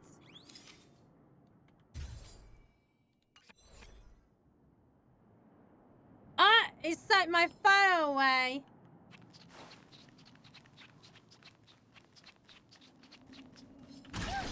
There we go. Got it. Mr. Spog shot him down. I'm on guard. I want to protect everyone too. Although I don't think I need to do that because the trotters, you know, they don't attack anybody. Choose my strike. Gotcha. Come on. Nice. I need to be brave. Annihilate. Lance at the ready. Lance ablaze. Lance forward. Game might be a little better. There we go.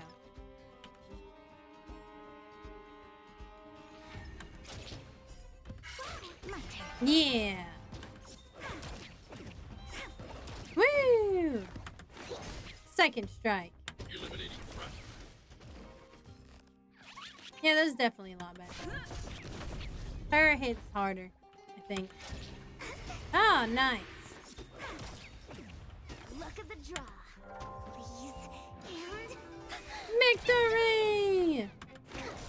Target. Oh, well, that one wasn't too, that one wasn't too good, was it?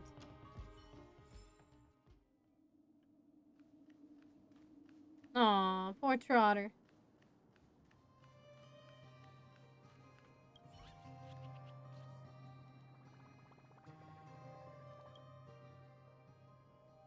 Hey, I didn't have to fight it no more. Nice. Alright, we got one more day. And then we're gonna have like so many special tickets that we can buy.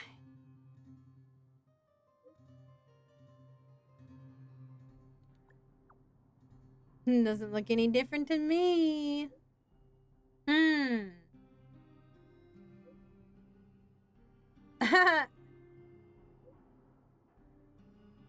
Collection of trotters. Well, I mean...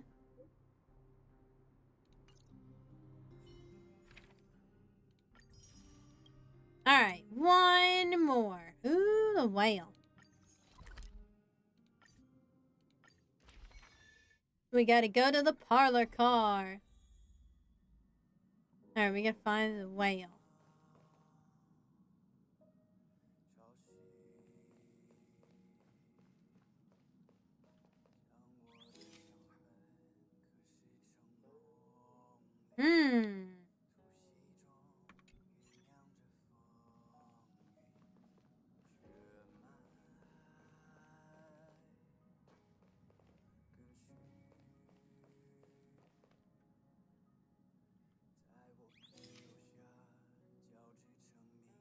I don't see the whale though. It does look like it was like right beside was flying through here.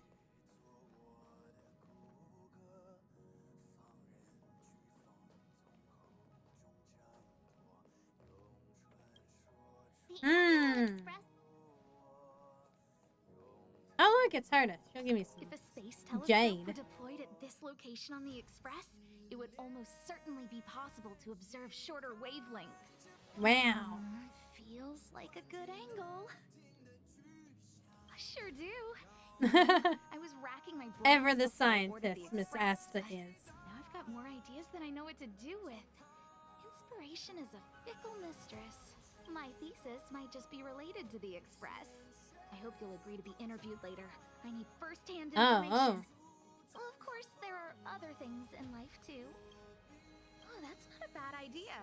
Well, I've been on the Express before, but this is my first visit with you on board. Looking forward to it. Where you at, whale?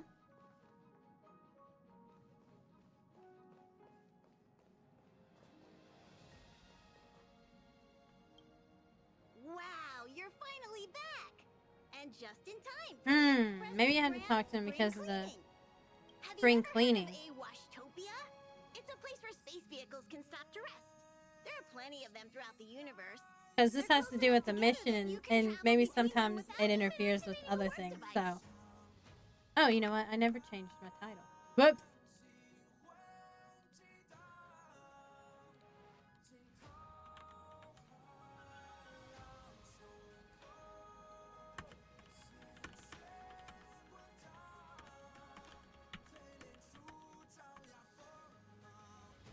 There we go.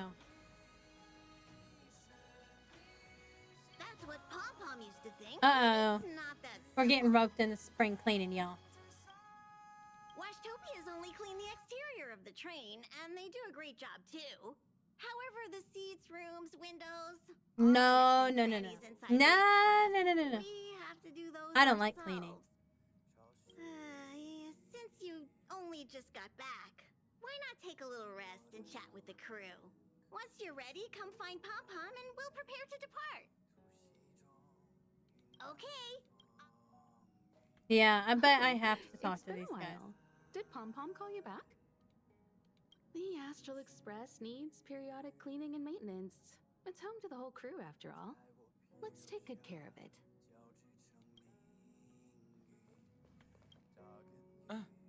Welcome back. Ah, yes. I intend to participate. I hope in the so. He efforts as well. literally lives in the archive room. Long time no see. How have you been? Indeed, it's about that time. I guess that explains why Pom-Pom is in such a hurry. Hey, look! It's Some Jing things must Wen. be seen to be believed. The Express is so much more interesting than the seat of divine foresight. Is it though? I don't know. That's where you live, though. The seat of divine foresight may seem imposing at first, but having stared at it, and it back at me, for hundreds of years, we've grown rather tired of one another. It feels as I if guess the maybe heart he's and thinking of mind are retiring like cool soon. when looking into the distance from here. How refreshing. I forgot to mention, this is a personal visit to see Don Hung and everyone else on the Express. If I'm glad there he are any mentioned that. rules that I should follow, do let me know. This is a personal visit. No need for formalities. Call me Genuine. Genuine. Very nice.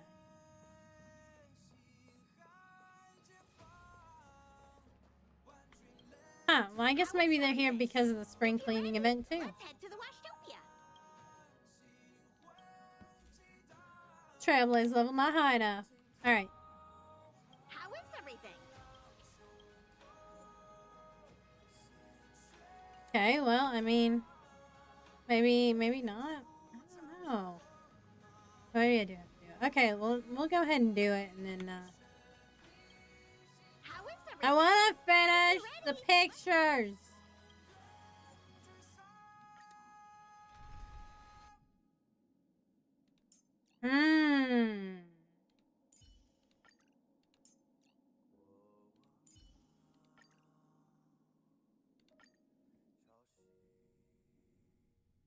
What we got here? Something seems off. Pom-Pom already selected a route. We've seemingly gone off course. Strange. Pom-Pom's navigation is always precise. Stay vigilant. There might be a magnetic field nearby interfering with the Express's navigation system. Let's take a look in the control room. So, Oh no! Cutscene time. What happened? Oh no, it's the swarm. What's happening? Did you see that huge shadow? Ooh, it's the battle Everything music. outside is red. What's going on? Have we fallen into the red dimension? Then where did it go? And why is it so quiet all of a sudden? Good question mark. So. Even Mr. Yang looks surprised. That's not something you see every day. Sure isn't. March, the Express encountered an obstruction. The disturbance triggered a chain reaction. Uh-oh. The Express was struck from behind. Oh, by another nice. vessel. Nice. Congratulations. I'm hoping to get him today. How do you crash into someone in space? I Another vessel mean... in our vicinity encountered the same obstruction and was unable to control its velocity. After the collision, 2 individuals found I'm their gonna way try into to, the yeah. Express. I gotta have the redhead. Guess? Oh, look who it I is. don't think they're here for tea. They appear to be friendly. Well, if they're here to stir up trouble, I'll Uh-oh. teach them a lesson. Let's go March check it out. 7th. I love it. She's like, I'll teach him a lesson. I think his ultimate is probably the prettiest out of all of them. Universe. A blooming splash of colors. You are truly beautiful. Oh my goodness. A plant. A lady. I offer a sincere compliment. Oh my goodness. You're akin to a flower in winter. Oh? Another beautiful soul. He sees the beauty in everything, doesn't he? Allow me to introduce myself. I am Argenti. She is a I cutie. belong She's a cutie to the patootie. Knights of Beauty. May I know your names? I'm Galactic Please Baseballer. don't do this. He seems like a good guy. What? What do you mean? Genty, I'm March 7th. An honor. I was just explaining the significance of beauty to this foliage. Oh my god. It's a foliage, dude. It's a Pardon my tree. abruptness, but I have It's a a habit plant. of asking questions. As fellow beings of this universe, are you acquainted with Idrilla the Beauty?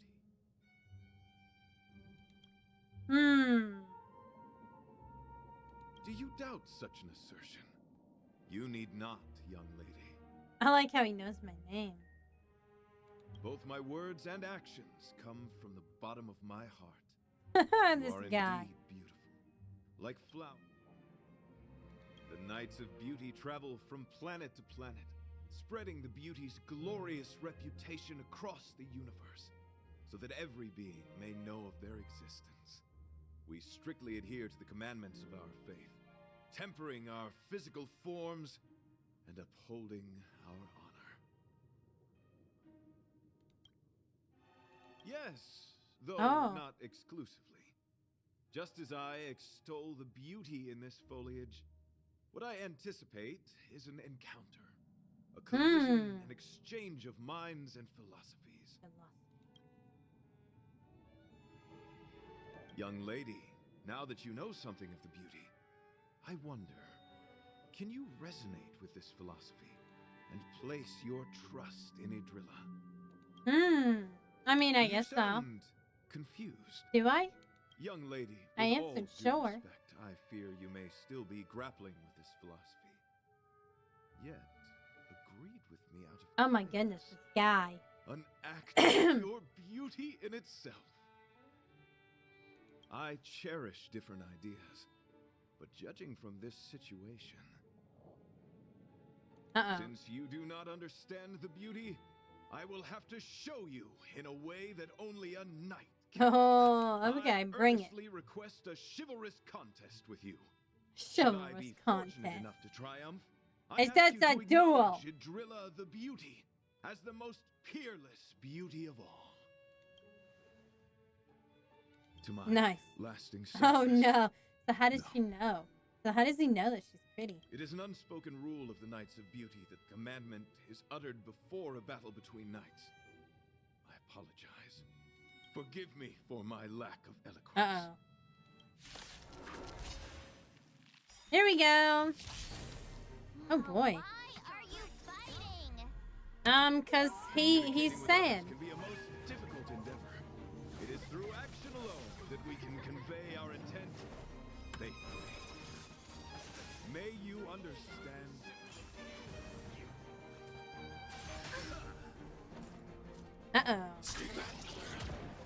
Spark's got something to say about that.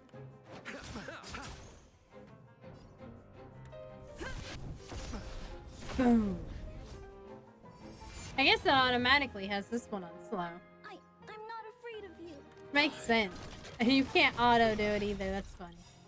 I want to protect everyone too. Help me, Mr. Swamp. Can't autoplay, but you can go a little bit faster. Time for some sword. But who would do that? Because like the music is so pretty. You're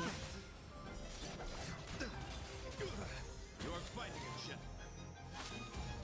Uh-oh. I'm okay. The flesh wound. Owie.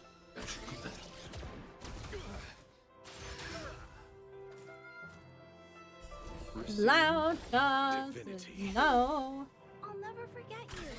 Hey, did you know that Laocha is actually like in Chinese mythology? I was researching creatures to you know, draw on Art of Belinda Sundays, and apparently they are flesh-eating demons.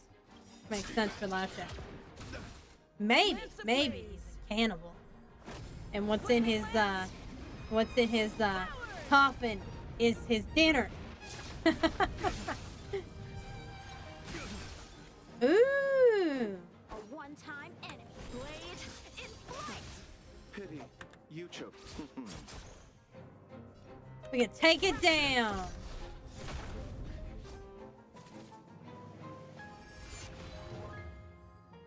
A barrier. Be brave. Commencing annihilation. So, how many of my moves can you block? No more barrier. Oh, it's gonna take a while, isn't it? Bear witness. What? Practice is over. He summoned more. Swords It's descend. not fair.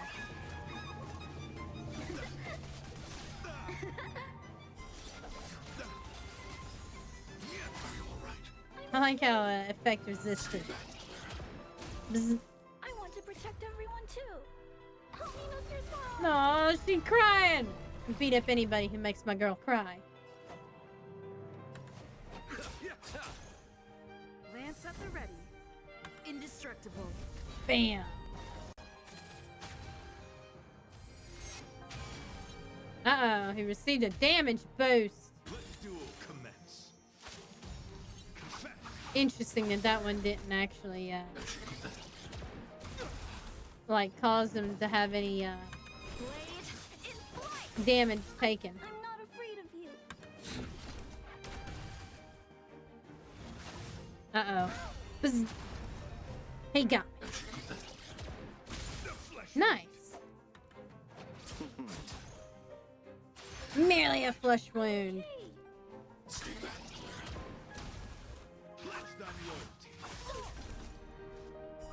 I love this music, though. Bloom. Thanks. I'll never forget you. She's so sweet. I'll never forget you. Does not the dead will return. And he ain't got no buff no more. Repaid.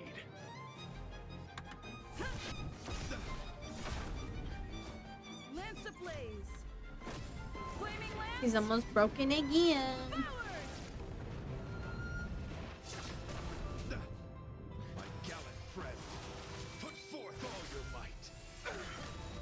They both can't do anything. Okay, well, there you go. Sorry to interrupt. Well, Whatever's happening here. thank you, Well. Forgive the interruption, but I just spoke with Himiko. The situation is more urgent than we imagined. Uh-oh.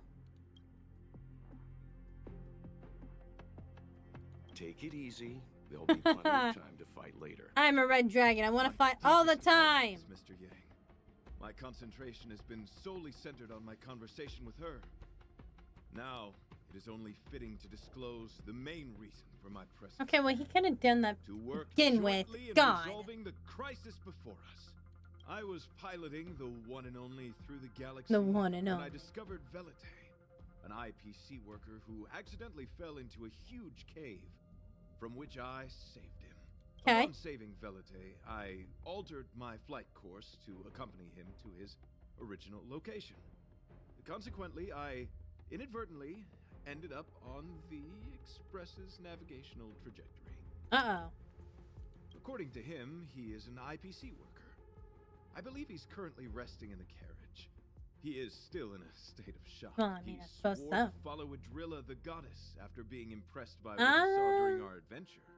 Okay. Thank you for coming. It'll be a first for the Express to work alongside the Knights of Beauty. Enjoy the present moment. Okay, Argenti. Continue And then- to enjoy the present moment. You misunderstand. I must first wholeheartedly enjoy the red night of the universe before I can discover an inharmonious pitch. These two things are correlated. Once I discover the cause, I shall destroy it. Well, Snap. try not to take too long. Things could deteriorate at any moment. Could you please go check on Velite? He looks uneasy. He's a guest of ours after all. I mean, he just got into, like, an accident. You can't call it a car accident. A spaceship accident. Right? A spaceship accident? I think anybody would be a little bit, disturbed What by is that. it? Here to cheer me up? Save your breath. Uh-oh. Your intentions He's might not as well very be friendly, written on is your he? forehead. I'm just a small-time IPC worker. That Argenti rescued me. I don't know anything, and I can't help you guys. These things I sucks. want to go home and have dinner. Once we're out of I mean, this Truth jam. does sound like really good, though. Did Argenti tell you that? Yeah, see, I knew he was telling That big. guy is unbelievable. Before he rescued me, he said something like, "You must pledge to acknowledge Adrilla, the beauty, as the most peerless beauty of all." Oh my I told him goodness. I'd marry her if he'd liked, as long as he got me out of that stinking cave first. See, I He knew it. refused. I couldn't believe it. Hilarious. Was on the line, so I just repeated after him. Adrilla, the beauty, etc. You get the picture. Well, shit. Then he corrected me. It's Adrilla, not Adrilla. Nice. Who came up It with such an Drilla. awkward-sounding It. name? It. I'm a pencil pusher. What the heck do I know about the Eon of Beauty? But of course, I repeated it again in order to survive. Adrilla the beauty, the most peerless beauty of them all. Just like that. Just like that. Do you think I like being negative? My friend, this is what's known as falling prey to the grim reality of life. Understand? No. When I was young, I assumed my life would be Oh like my a God. novel. I wanted to be a This pilot, guy. flying through outer space, exploring the universe in a grand spaceship. But then my parents told me I'd have to work for the IPC. Yeah, that and sounds- make a that bunch of sounds about money to right, fulfill doesn't my it? dreams. Gotta work for the corporation to make a bunch of money. Enough. This is a painful topic. Apparently, it does. I gave up my unrealistic dream of becoming a pilot and worked for the IPC instead. Oh, a supporting I guess character. I'm living Love the it. life of a supporting character now. But after running into Argenti, I had an idea.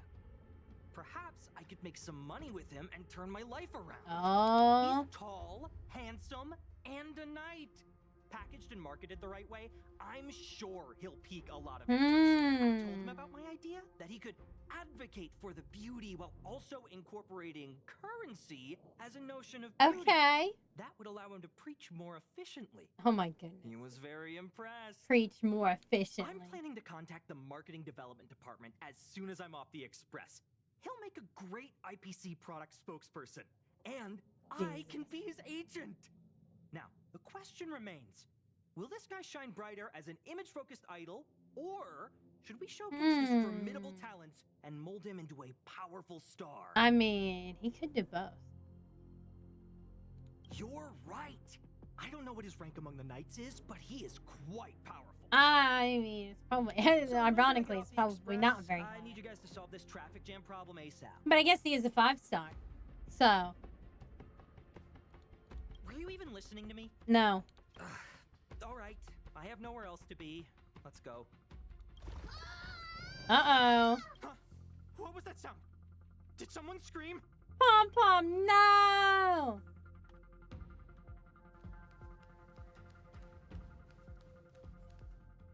Uh-oh.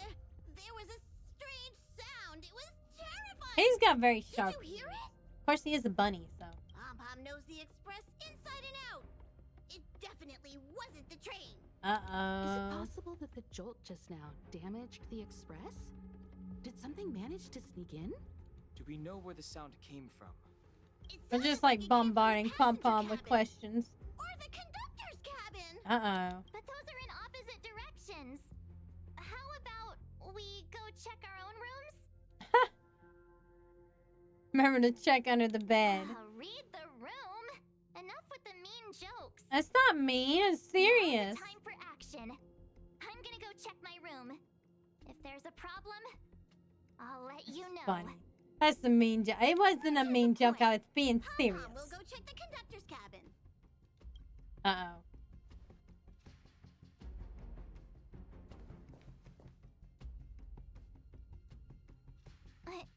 Uh-oh. Is that It's a doppelganger. What's she saying? I know your past. The things you want to see, to touch, to know. Your Uh-oh. home, family, It's friends, Deadeye March 7th. emotions, what you love and what you despise. Oh, it's Evil March 7th. I'm the She gets a complete little bit March 7th. unnecessarily sassy sometimes. She does. Maybe this version. It doesn't seem to be that this version will be nicer. Who are you? Why do you look exactly like me? Because she's going to be like, I am you. Why did you stop talking? Oh, what kind of creepy... March, can you hear me? Huh? My phone. Himeko, there's something really weird happening. No. March, get out of there right now. Uh-oh. But...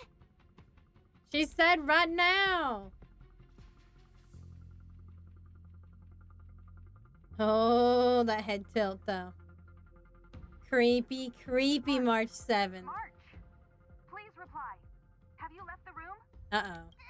Did something happen to March? Creepy March 7th. Not good. I need you and Don Hung to check on March. No I'll problem. accompany you. Velite. Oh my god, they're dragging that guy along. What? All right, if things get dangerous, I'll hide behind you. Oh my goodness. Poor guy. Getting dragged into this shit, isn't he?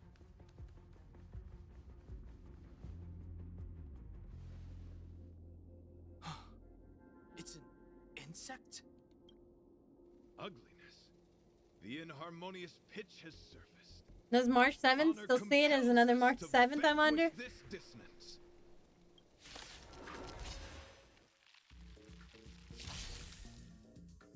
Time for some sword play.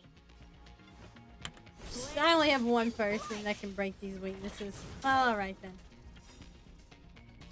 Ooh, music. I want to protect everyone too. Help me, Mr. Sloan.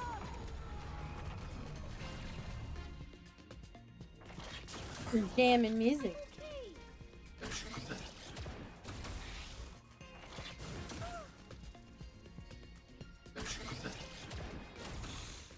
Allow me to see you off.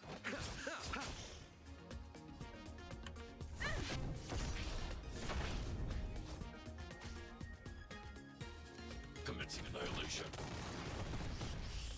Commencing annihilation. How many of my moves strike? I'm gonna wear one down, I guess. I guess I can't do too much. Ah! Practice is over. To become one. I don't remember how that song goes. But I do remember it. That's a Spice Girls song.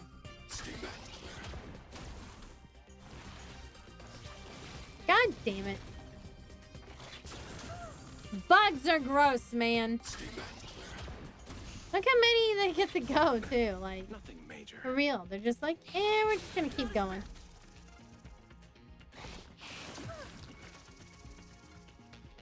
Abyss flower, bloom. Thanks.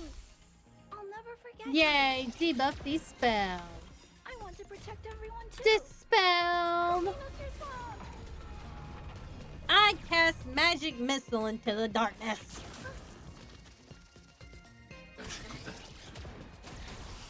Nice. It hit both of them. Because we're family. Pity, you chose the. Blade in flight. At least they blow up, though. I'm on guard.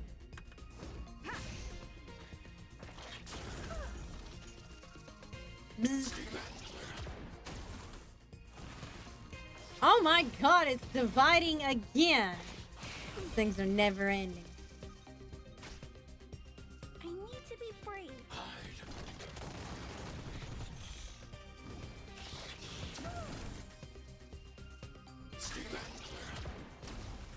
Just gonna keep hitting stuff. It's alright.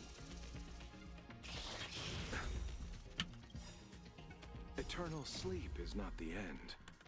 Well, dang. Doesn't actually break any of their weaknesses, but that's okay. That which is seized must be repaid. I'm gonna hit this guy. Try to hit this guy in the middle, I guess. No, so he can blow up either side of him.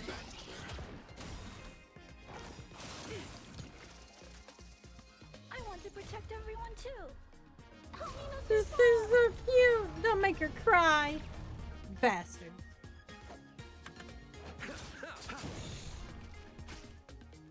Time to go on the offensive. Like, how fucking dare you?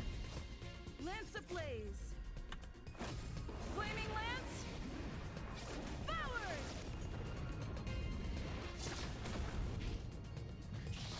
Not a scratch.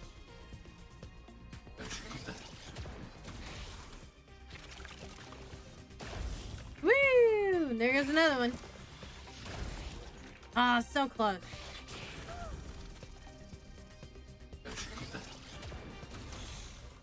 Yes! It divided itself before it blew up. What the F, man?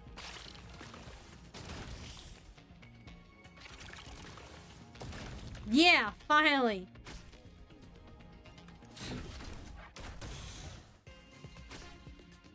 Time for some sword play. Blade. Maybe we can kill it before it can divide again. Are you all right? I'm okay. Stay back. She's so stinking cute. Well, at least it didn't divide. There we go. Oh, what? It just randomly does it on its own, I guess. God! Why? Goodness gracious. So, come and strike with heart. Good, now it's frozen. Swords descend. Fucking die, bug. The cockroach is what these guys are.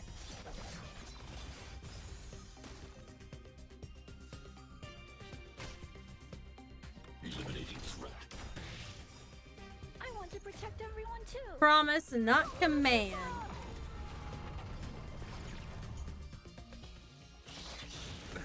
Nothing major. Almost done.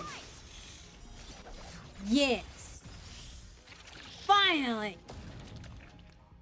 Not enough damage dealers in there. Not enough weakness breaks.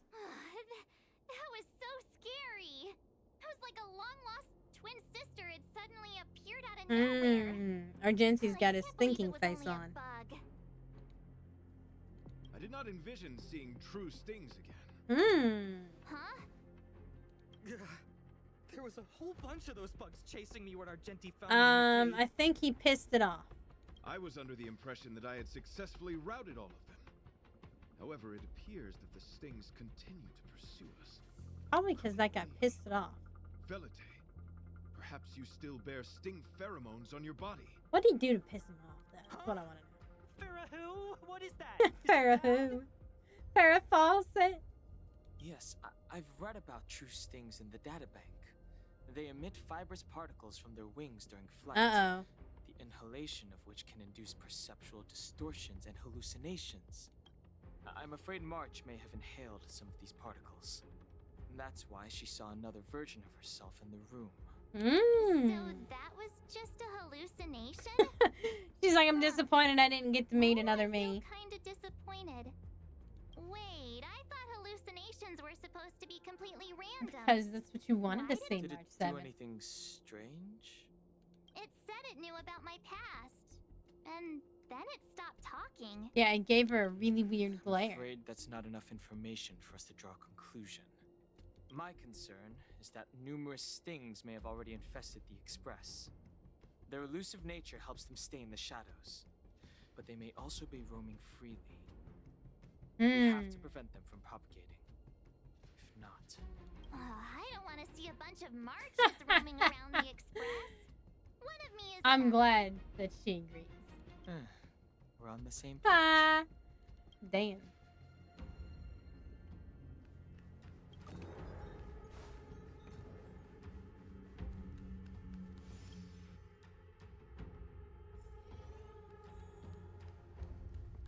Hello, Himiko. This isn't good. Evidence of a swarm is Uh-oh. apparent, and it looks like several eggs are on the verge of hatching. Gross. News for now, but their transformation into larvae could be imminent, and their growth may exceed our initial estimates. Uh-oh. This is a race against the clock. I guess we just have to kill all the Check embryos, around the right? Express.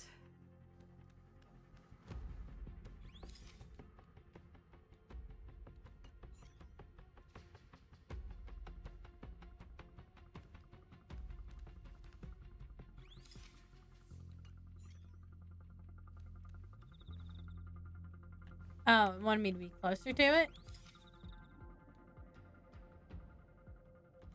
I see. Uh-oh.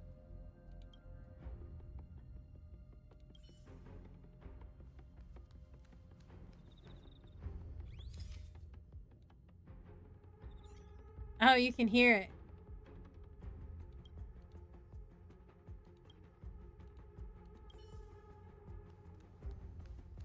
Interesting. This one just seems to be pom-pom.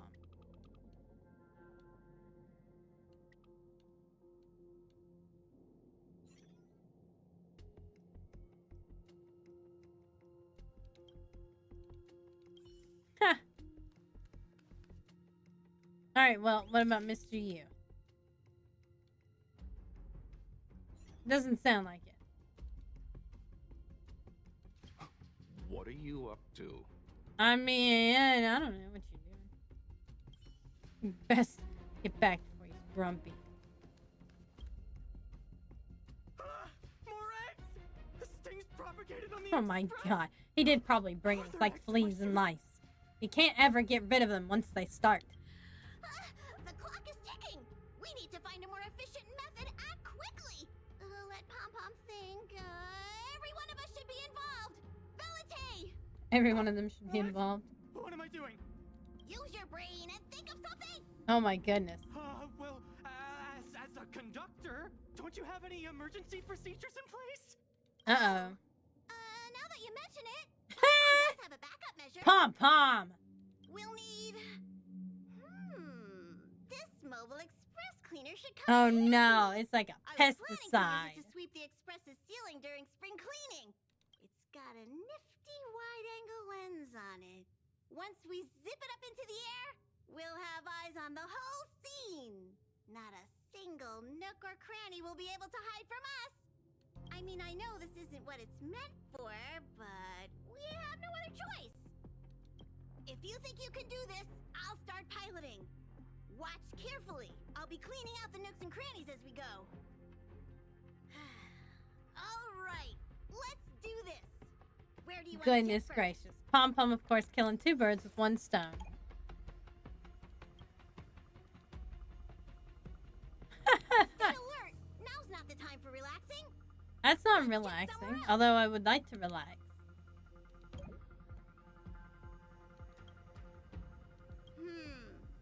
Nothing out of place here. Okay, well that doesn't seem. No, the plants. Intellectual capabilities.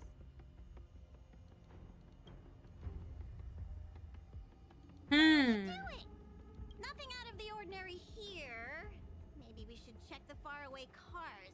What do you think? Let's Stay do it. focused. You need to check every corner. I mean, like, Mind if I I take it for a probably do spin? have ADD, so I mean. This little gadget could be the next big thing in spaceship cleanliness. Even Argenti could put his name to it. Uh-oh. Jot that down. Let's get... You still awake? Up. A night in his bug night. Nothing to see here. I love it. A bug in his bug night. Night in his bug night. You must be the creature that she mentioned. Does it? It's a bother wabba you that bear. people deem you cute? A bug. It looks like a Believe me when wabba I bear. say that you are more than cute, my friend. You are a delightful ball of pure charm. He's so Needless cute. to say, it is an honor to encounter beings such as yourself. But I shall never give up my spiritual training. Okay. If this crisis cannot be averted, I shall die for the glory of the night. What's going on? Why is he chatting with these bugs? He looks like a think wubba he's bear. also fallen into a hallucination. Poor guy. Seeing another him? I don't think so. I think he may be perceiving an unfamiliar presence. Well, let's go save him.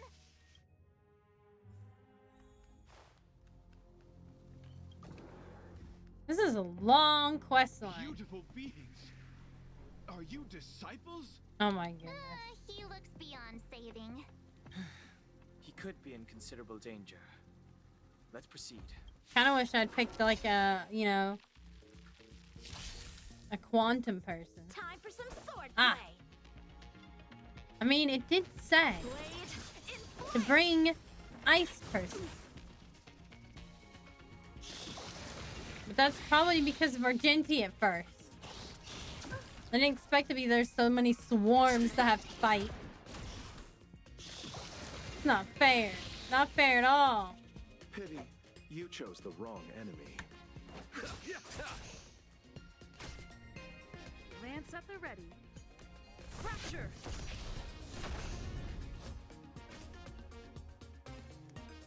Cool upbeat music again. A one-time enemy. No fight for you. With heart!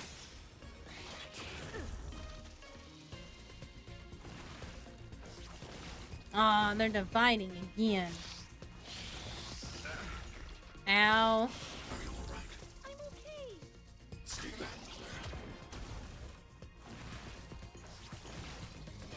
I didn't even see that one where they went to attack. Damn.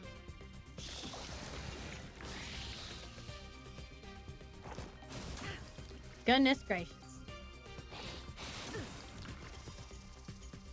Lance ablaze. Now there's just so many darn many of them.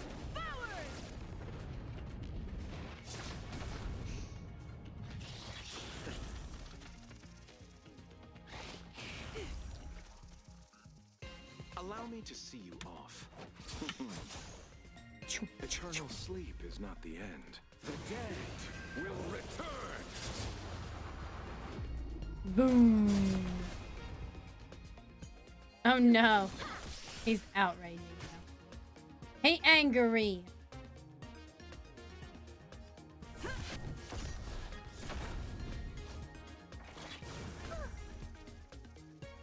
It's gonna take a while again. I'm not afraid of you. I want to protect everyone too. Kinda wish that I picked some different people. To be fair. Did tell me.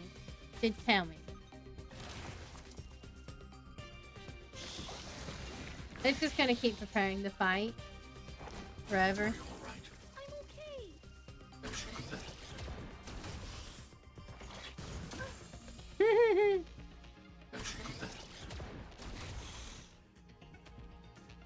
Outraging. There we go. Not outraging no more. Swords descend. I don't want that guy to implode again. He's a butthead. Hey. Bloom. Thanks. I'll never forget you. That which is seized Oh, must I be love her repaid. so much. I'll never forget you.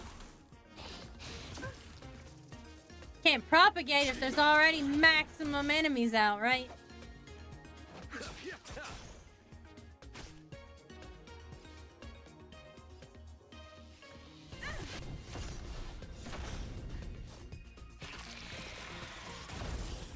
Nice.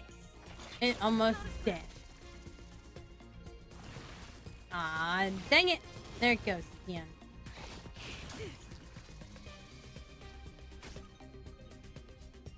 Commencing annihilation. But it's gonna implode. Strike with heart. There we go. 2 more are gonna explode and it leaves you the 1. Of course, it's probably gonna divide. Okay, no, it's not. Thank you, Jesus. Pity. You. Now it can propagate at any time.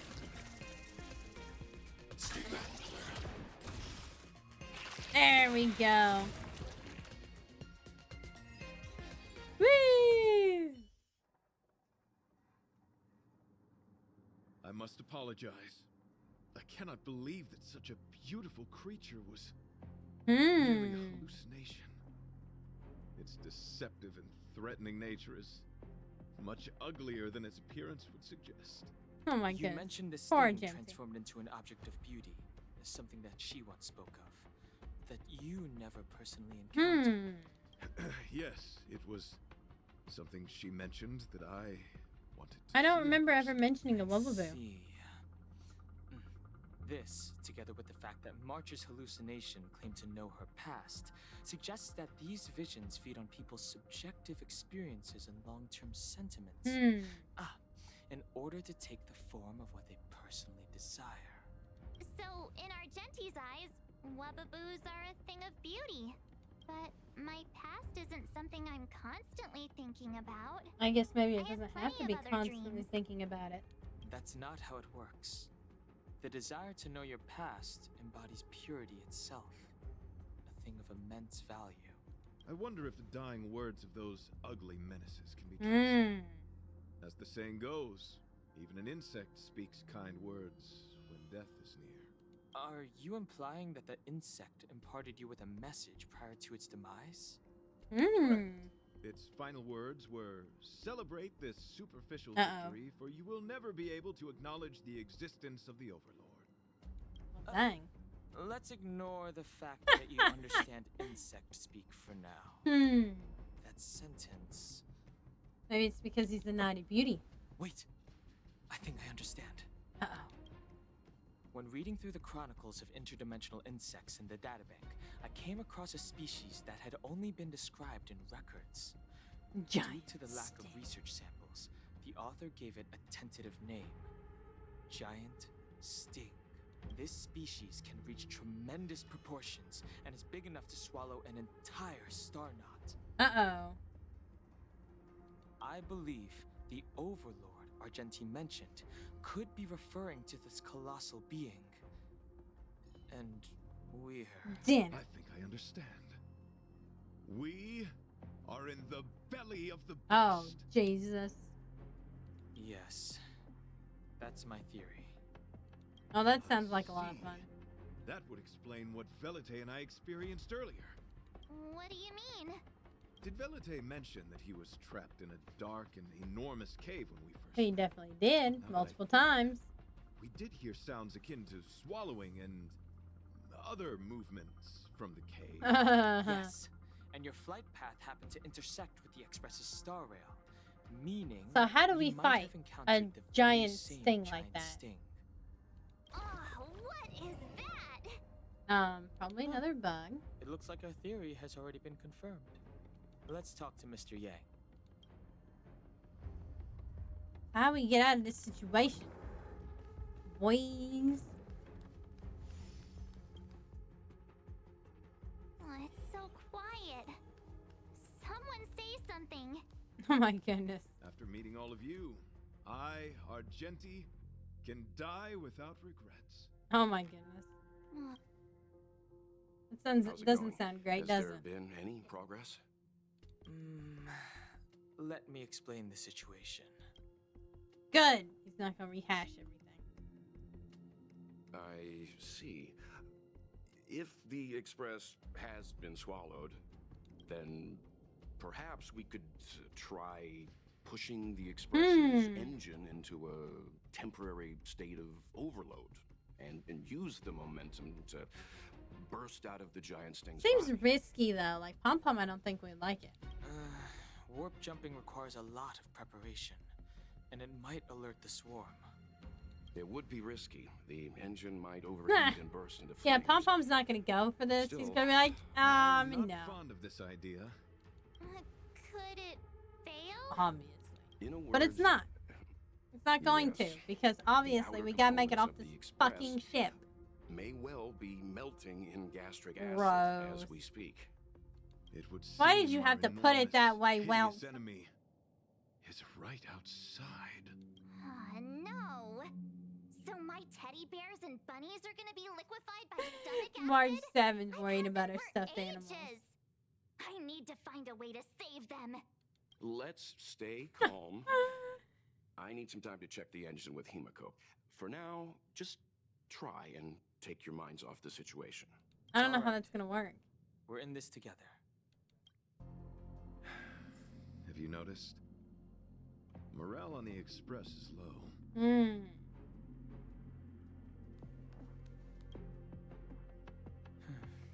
It's rare to see March genuinely worried. But given the circumstances, maybe you could try reassuring some of the crew. Maybe. The Express has faced all kinds of obstacles on its journey. Today is just another one. It's no reason to stop trailblazing. Who said it Such was is the going very to? essence of trailblazing. It is through these trials that we find wisdom and maturity.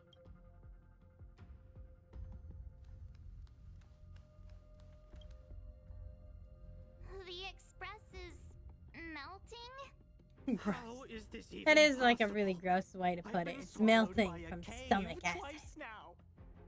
Is this We need to get out of the Sting's stomach as soon as possible. Poor Pom Pom. Pom Pom doesn't want the Express Pom Pom. to stay The damaged. the Express is his lifeline. Everyone, just calm down. Calm yourselves, all of you. That's what she said. I'm bidding farewell to this flora. After having made friends with all the beings on the Express, Oh my and goodness. having discussed the beauty with each of you, I can now depart this mortal coil without regret. Ugh, can you and the fern get a room already? How can anyone establish a bond with a houseplant? Although, Maybe the I guess you houseplant could has say the something same up its about me and my sleeve. teddy bears. The Express is home to all of us. No matter what happens, we're in this together.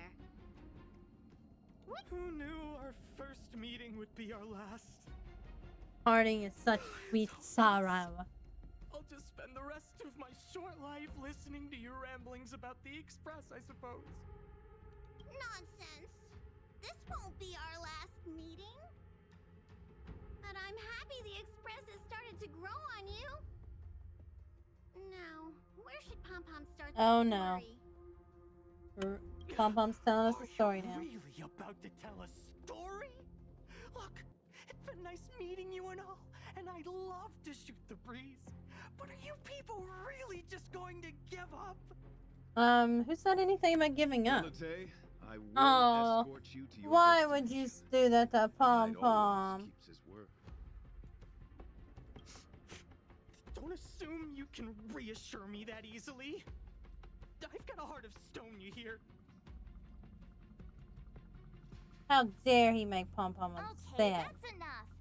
In times like this, we should be trying to give you... Oops. No, the Express is strong. I'm sure we can... Like do blowing something. up the engine. Kaboom! I've completed the engine inspection. Though the warp device isn't immediately operational, I believe we can still manage brief spurts of acceleration. Unless there are any major I don't even think objections, Pom I'll Pom's objecting begin to it. preparations. Mr. Yang, one moment, please. Of course, it had to be him. I've suddenly happened upon an idea that might just help resolve our crisis. While the Express is being prepared, I would like to speak with her in private. Okay. Seriously? Can't you just tell all of us? No. Were I to air such a proposition among you, verily, it would be dismissed in an instant. Yet, as a knight, it is my duty to aid the Express in resolving this issue. Uh-huh. Oh, so you're a mind reader now, too? Well. At this stage, any plan is a plan worth hearing. March, hang fire. Let's see where this leads us. Thank you.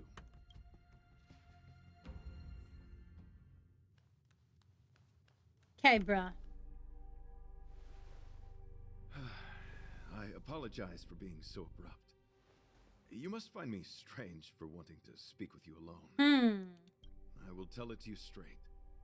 I have a strong sense that, as a knight of beauty, I have a duty to fight this battle. I mean, you're here. I propose that I disembark from the Express to confront the giant sting directly. My strategy is to pierce its stomach with my lance, triggering spasms that may cause it to eject the Express. And that's why he all knew that they would say no. And March It is 7th at this challenging point for probably me would to tell him, yeah. articulate this phenomenon. Yet, when I observe certain entities, an indistinct sensation of beauty arises from my core, discernible only by instinct. Perhaps my long solitude traversing the cosmos has made it difficult to discern where these sentiments originate. But as a knight, I realize my obligation is to safeguard the seed that embodies beauty, standing as a bulwark to defend it against all. The Astral Express is that seed. It Aww. feels warm. Warm, fuzzy feelings for the I am certain this is thanks season. to the strong friendship you have with one another. That is why I must swear to fight to protect this warmth, rather than be protected by it. I am willing, time and time again, to protect these seeds of beauty, to allow them to bloom into pure and radiant flowers, to demonstrate my devotion to them. It is an inherent He's part very wordsy, of isn't the he? journey But poetic of wordsy. Argenti.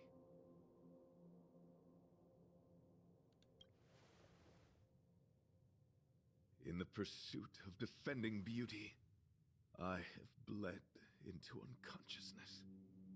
And in the ensuing Hey, it's a storm, whale. It's a I have whale. witnessed countless times their traces spreading from beneath my feet, reaching into the unknown before me. My rational mind tells me yes, yet my heart tells me to believe. In those past hallucinations, I kept running. Their footprints on the mire-ridden path moved me to a sadness beyond tears. And every time, I was a breath away from catching a glimpse of their figure. There's a lot of questions in this This one. is my duty. It is a never-ending cycle of falling and standing up again. Each time I wander closer to death, it gets me closer to the path the beauty once walked. Okay. This is my vow as a knight of beauty. He a little bit strange, ain't he?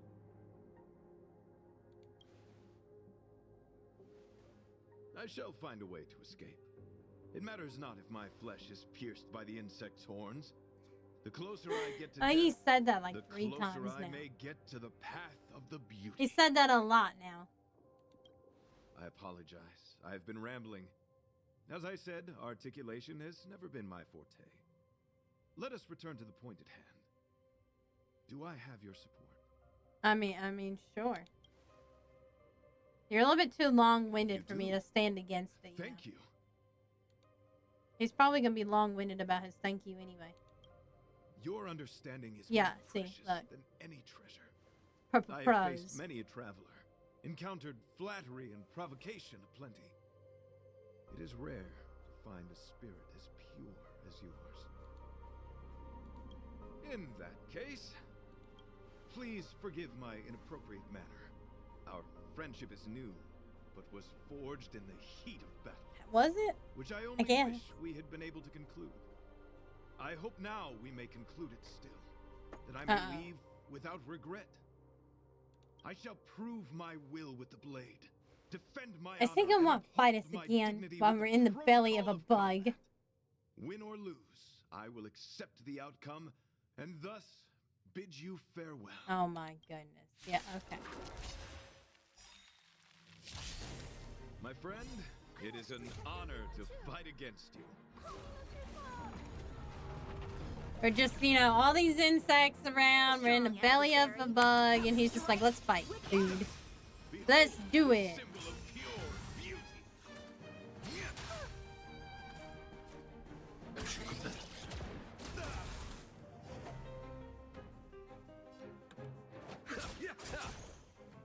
Lance at the ready. Fracture. Rise to the challenge.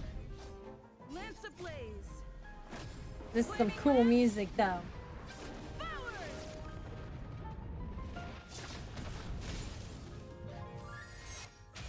Honors of the Red Queen. I need to be brave.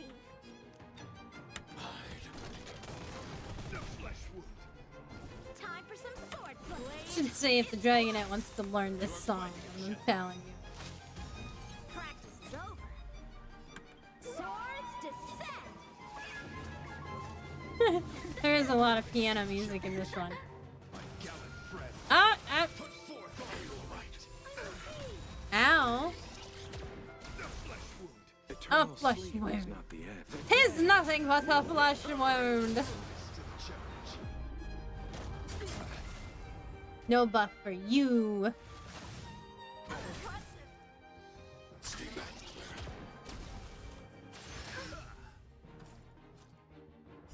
Abyss flower, bloom. Thanks. I'll never forget. Goodness That which is gracious. seized must be repaid. Stay back. Pledged on loyalty.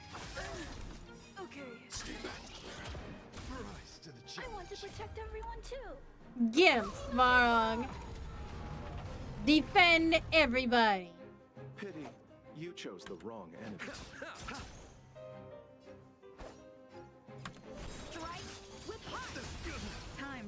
Oh no.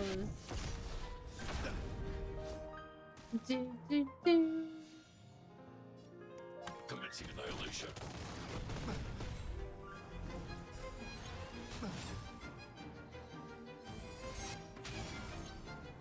I wonder why that one doesn't do any damage to him like the other one does. Oh, but I get a damage boost instead. Nice. Bear witness.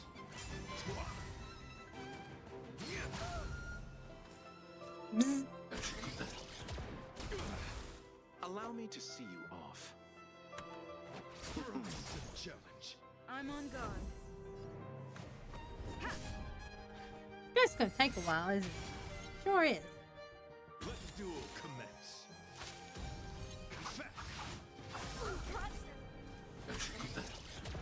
The flesh wound. I'm not afraid of you. I'm not afraid of you. I want to protect everyone too. Help me, Mr. Smog.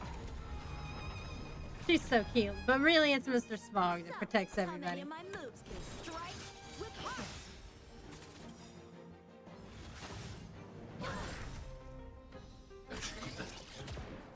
I guess that damage boost did not last very long, did it? Swords Nope. descend. Did not last very long at all.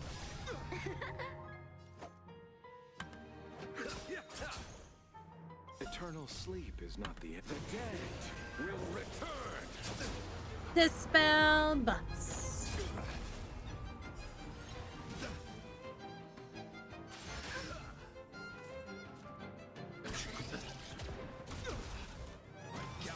Uh-oh. Put forth all your might. Ow. Seen? Divinity. Rude. Easy again. That which is seized must be repaid. Lance ablaze. Flaming lance. So rude. Forward. Lance at the ready. Fracture. A one blade in flight. Rise to the challenge. Maybe I ought to wear him out a little bit first. I mean, he's just gonna summon more. Rise to the challenge. He got that damage boost though. This symbol of Nope. beauty. Never mind, he just summons more anyway.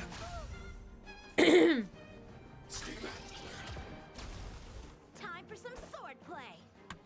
Strike with heart. Rise to the Pity challenge. you chose the I'm on guard. Boom. Aw, dang it.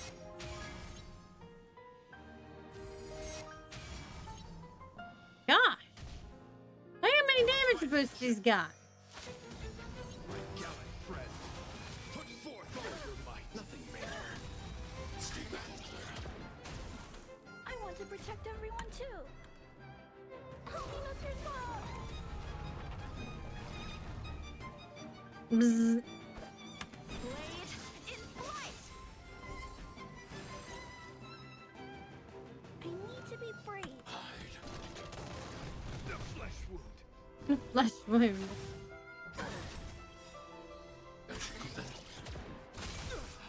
Practice. Nice. Swords descend. Damage boost. Let's go. The flesh wound. Rise to the challenge. All right. I'm okay. Round 2. Fight. Bear witness. To Oh no. Lance at the ready. Now there's more. Fracture. I'm gonna save it till they Lance dispel. ablaze. So I have stuff to start dispelling. Flaming lance. Forward. So, how many of my moves can you block? Strike with heart. Eternal sleep is not the dead. You are not getting no more damage boost. Well, take it all away. Oh, now he's got a barrier. duel commence. Pledge thy loyalty. Come Well, that took care of the barrier. Commencing annihilation. Nice. I want to protect everyone too. Help me, Mr. Bob. Allow me to see you off.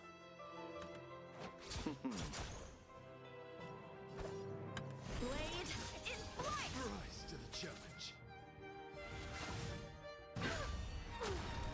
Ow. Receive divinity. Thanks. I'll never forget you. That which is seized must be repaid. Things are starting to hurt just a bit.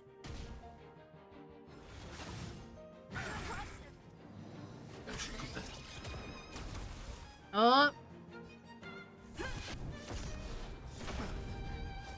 My gallant friend, put forth all your might. At least there was a little bit of a shield there. You are fighting a gentleman. I'm fighting a gentleman.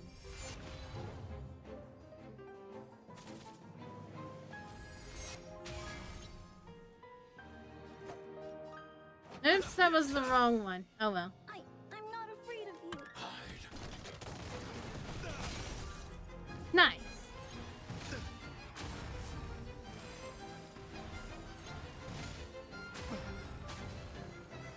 My gallant friend, put forth all your might. Stay back. Behold, the Owie. symbol of pure beauty. I want to protect everyone too. You get him, Clara. Time for some sword play. Strike with heart. Practice is over. Swords descend.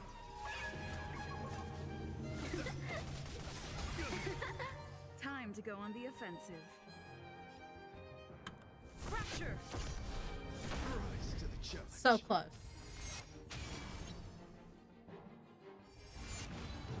Uh-oh. So, how many of my moves can you block? Blade in flight.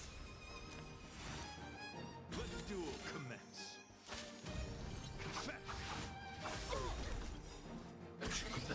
Bzz. Lance ablaze. Flaming lance. Such a long fight this is. Forward. That's not like I'm rocking any powerhouses either. To be fair.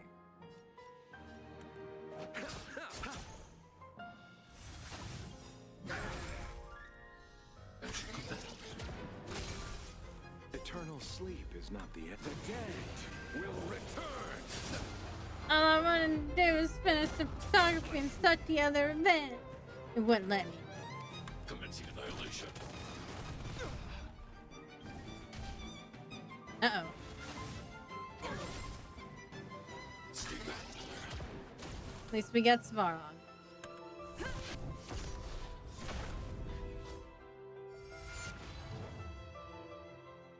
My gallant friend, put forth all Man, these AoE attacks. Abyss flower, bloom. I can breathe easy again. That which is seized must be repaid. Stay back. You are fighting a gentleman.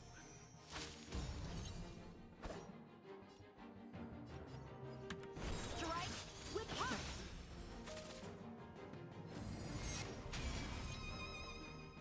Pity, you chose the wrong enemy.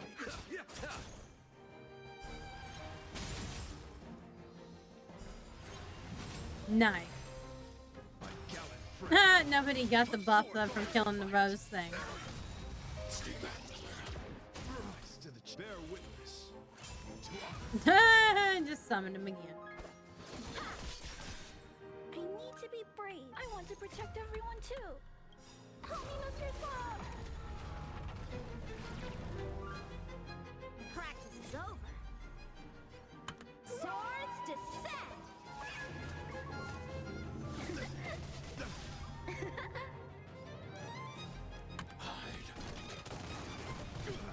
Nice. Oh, we got barrier. Rise to the challenge. Let the duel commence. Pledged on loyalty. Time to Nice. settle your accounts. Rise to the challenge.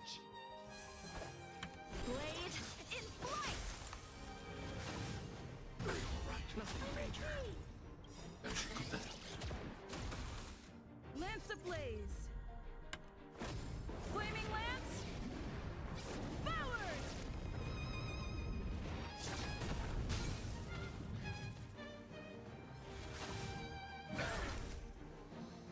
At least we got Svarog here. Commencing annihilation. Nice. I want to protect everyone too. Fire's gotten so many ultimates. Very useful. Very I'm useful. on guard. Rise to the challenge.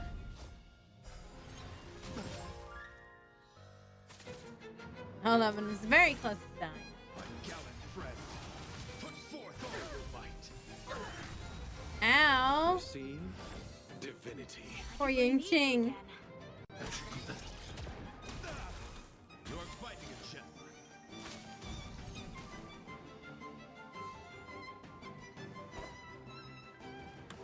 Strike with heart. Rise to the challenge. Nice. Allow me to see you off. Rise to the challenge. Yay!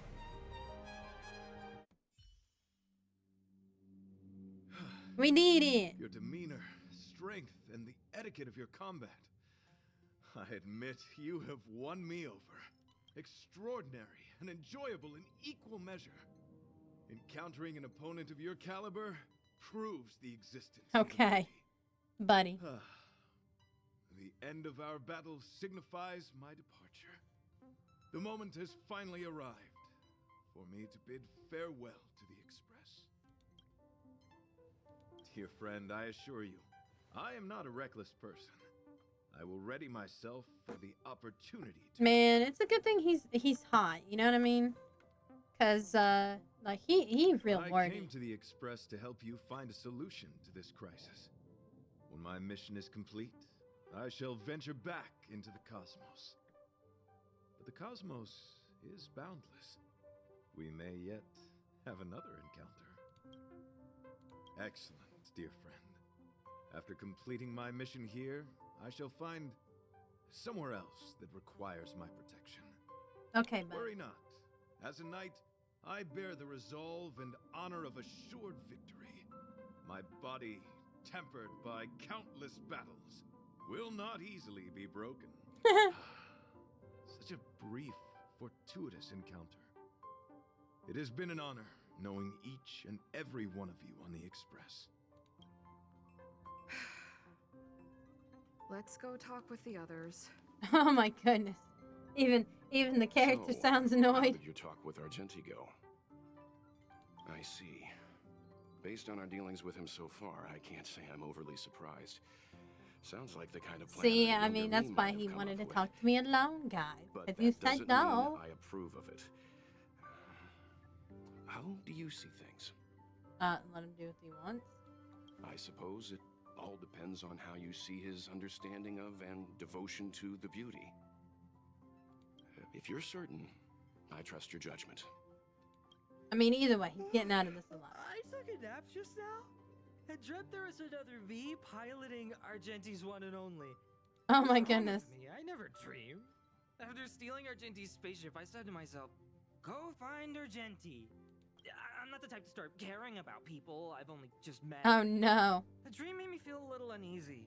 It was a So what is premonition! Argenti up to anyway? He's now a prophet. What? He wants to fight that huge bug on his own? So all that talk of departing the mortal coil and bidding farewell to a planet, that was all serious? No, You bro, refused let him go. right? That's a suicide mission! Oh, he doesn't really care. Don't get me wrong, I don't really care. But if he dies, how am I going to turn my life around? Alright, fine, I care about him. Oh. Why is he so difficult? Are his beliefs more important than his life? No way. I've got to talk some sense into him. And there he goes. Why do we have to stop him? After jumping from the Express, I shall pierce the wall of the giant Sting's stomach. It should then violently convulse, so the Express can escape the confines of its body. Goodness. Velite, have you something to say? It's reckless to put yourself in danger. Do you really have to fulfill your nightly duty? Isn't there another way? I just don't get it. You too are worried for my safety. You may not have realized, but you have a unique and noble soul. I hope I can keep my promise to escort you to your destination. You... What a cutie.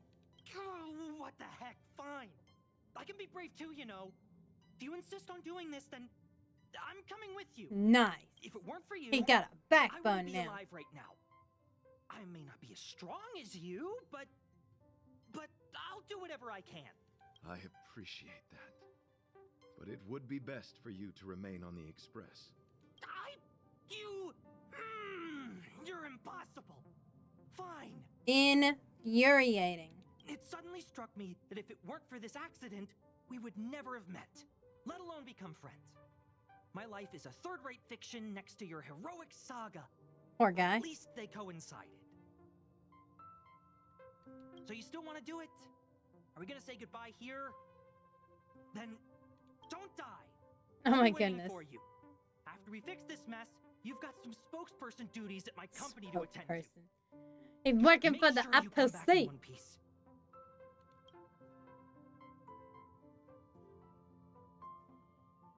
Do not worry.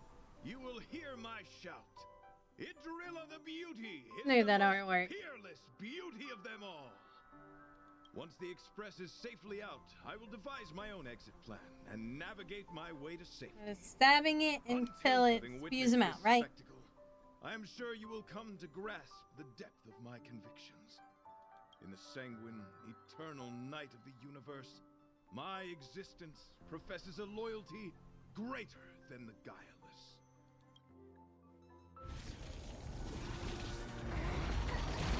Oh, here we go. Hey, we made Oh, look at all the fireworks. What? What's up with the fireworks, though? Did the Express make the universe explode? No, this is a hallucination caused by the giant sting. The commotion must have led to a great shedding of wing particles. Huh? Then maybe the insect wasn't that big. Maybe it was all an illusion. I'm afraid not, March. Yay! Now maybe now I can take a picture. I bet Argenti would think these fireworks were really beautiful. Probably. Didn't know him very long, but he was a pretty nice guy. Watch him turn around and be there. I hope he made it. The Express managed to escape the crisis. Aw. Pom-Pom still Look at feels a little little Pom-Pom's sad. dark cloud. He Pom-Pom wonders depressed. what happened to Argenti? Velite just left the Express too. He looked really upset. He took his ship. Didn't know what Argenti was thinking either. The Knights of Beauty are made up of individuals who are used to traveling through the cosmos alone. They're difficult to understand, and the starry sky is their home.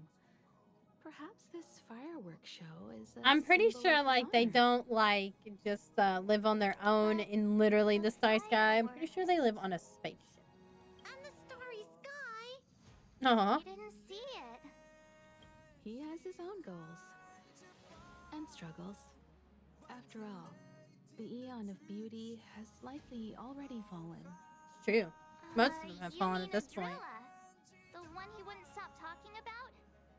But he said he'd find them and fulfill his duty to protect them. The fact that Adrilla has fallen is tacitly acknowledged by some Knights of Beauty. Naturally, there are others who don't want to believe it. Like the one you met. He probably thinks that Adrilla is simply missing. Because it probably is. Who knows hiding about these somewhere eons? beyond the reach of mortals. The crisis is over, and our unexpected guest has left. But I think there's still something we should talk about. Oh, you mean the cleaning? In your opinion? Really? What Okay. is beauty?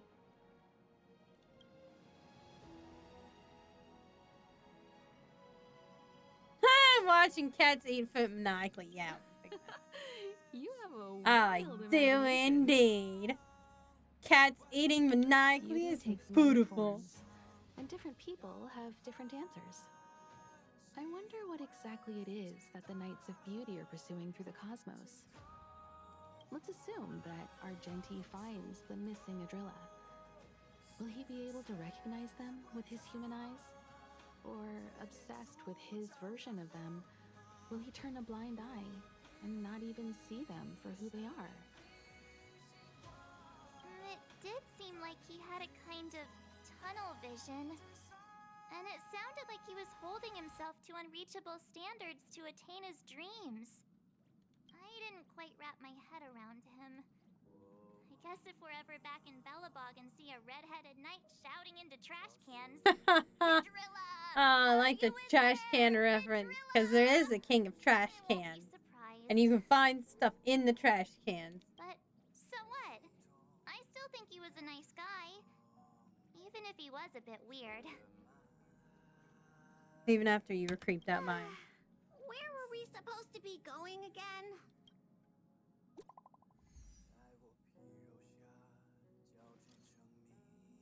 Ah, it's Argenti!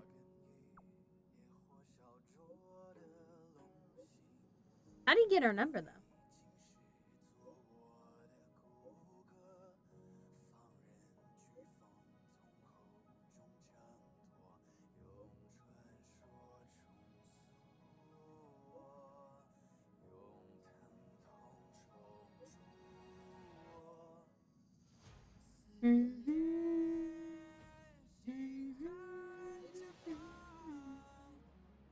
Bad breath, something akin to indigestion.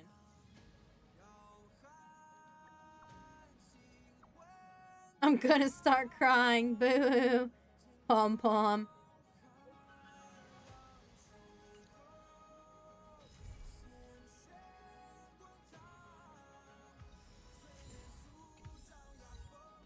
Warm again. Alright, now we should be able to.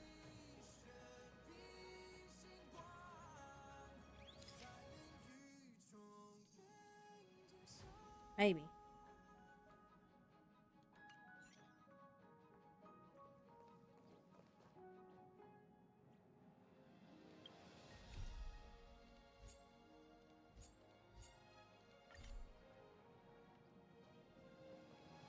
I have to stand right here maybe and do it?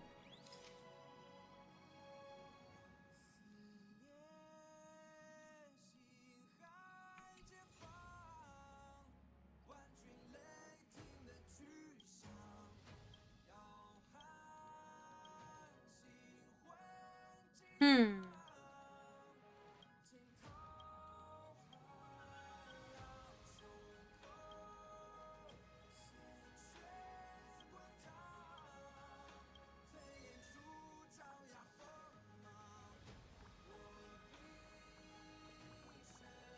My goodness, come on.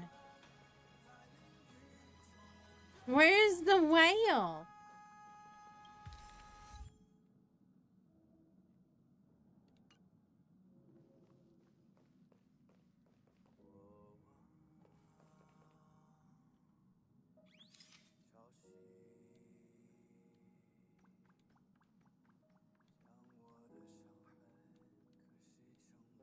Why is this whale not showing up? Oh my god.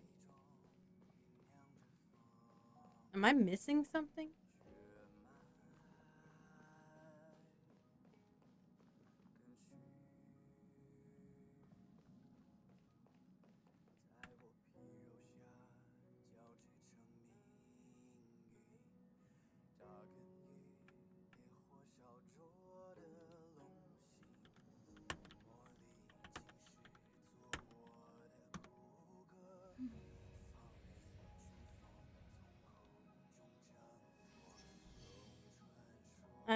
See.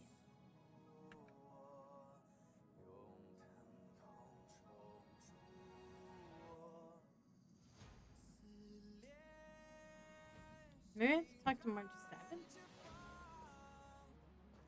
No, she's not here.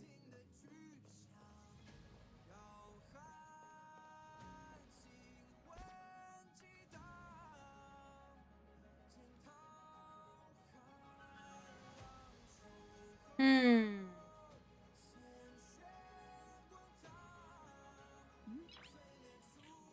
Oh, wait a minute. Nice. Oh, I see it. Okay. For some reason, I thought it was out the window.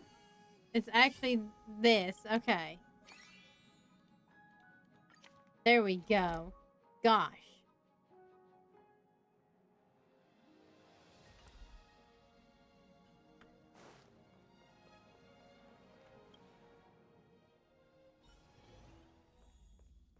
No, Argenti, I'm ignoring you.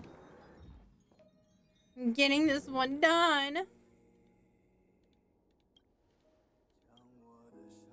It looks like you.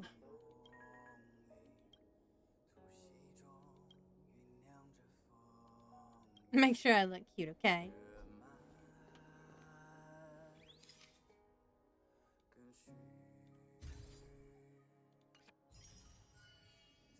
There she is.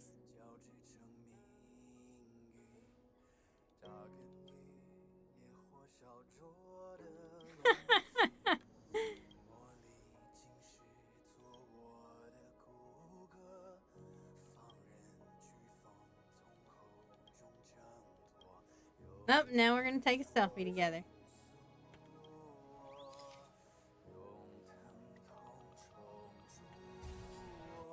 Yay! Event done.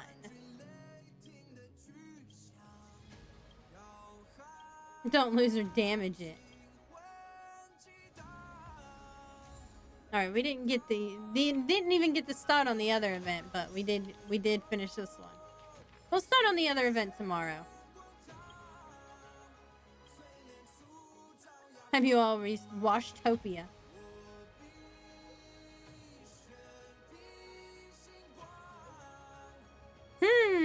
Okay, what you gonna tell me, long-winded man? A fourth one.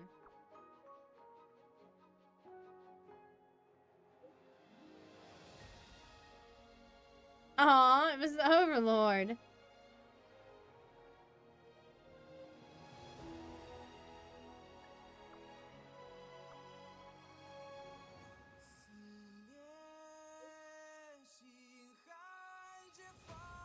Nice.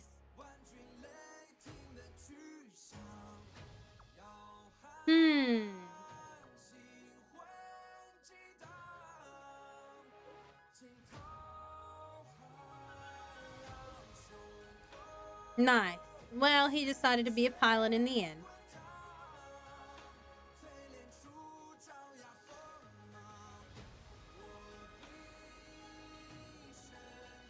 Alright, let's collect our reward, because we did do that then. Yay! We have 2 weeks to finish the other game. So, woohoo! Let's, we're gonna dispatch just one assignment here. Because that'll give me enough for the next level.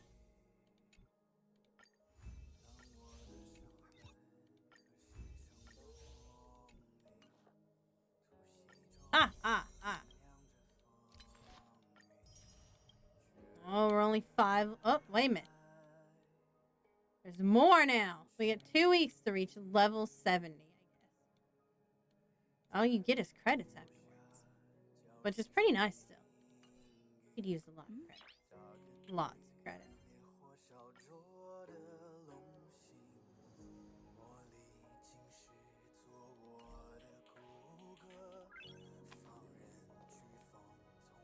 Okay, let's go ahead and warp now. Alright, let's see if we can get our Argenti. I've got like 26 here. And then I've got like a whole bunch of Stellar Jades. So let's see what we can get. It's not on this one. But we also need Hanya, so. We know we're at least getting a 4-star. Is it going to be Hanya, though? That's the question. Nope, it's Asta.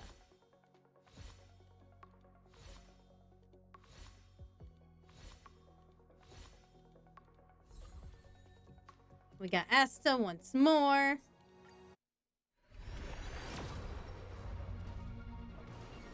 Not a 5-star.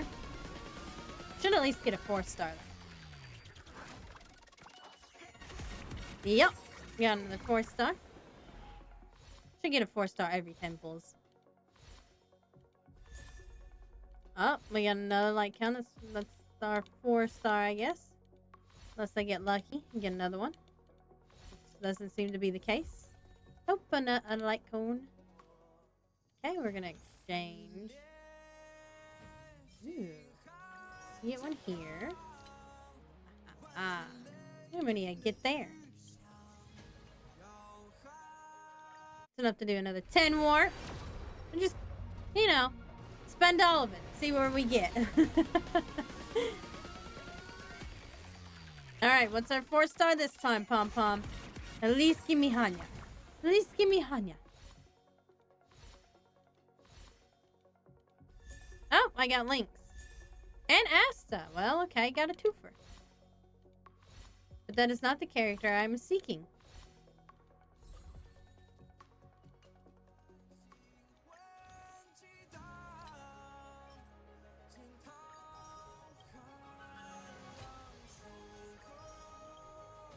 Let's see. How many do I have now? 3.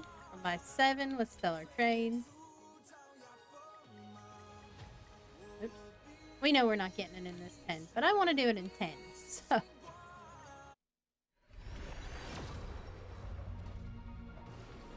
Not that I'm ever gonna, like, spend it on anything other than the special ones, you know, and just, like, slowly get the other 3. Alright, come on, Hanya. No, another light count. There's one of the new light counts, but still. Come on, Pom Pom. Give me a new character.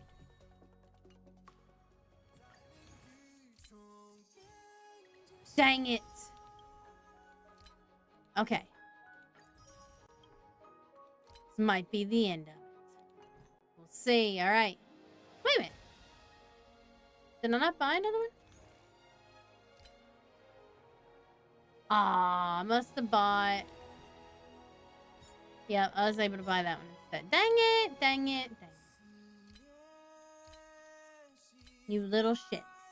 Okay, well, I guess I got 9, so we're gonna have to pull individually, I guess. Nope.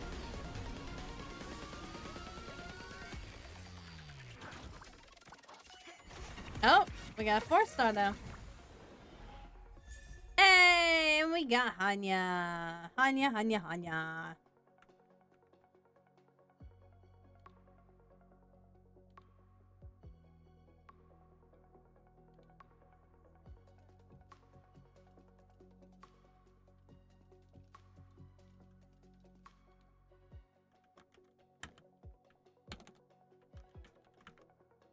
We need a little Hanya.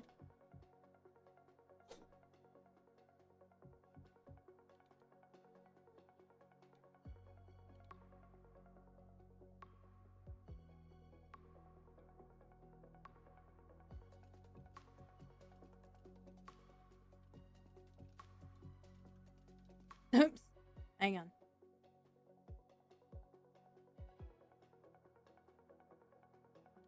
I accidentally did that wrong. I didn't do it enough.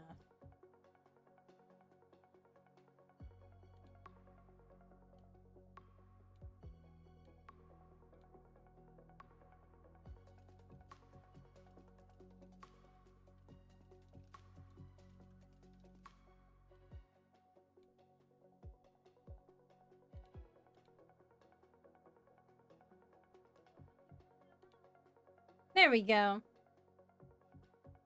It probably would, but you know, the Dragonette probably sits that way like all the time.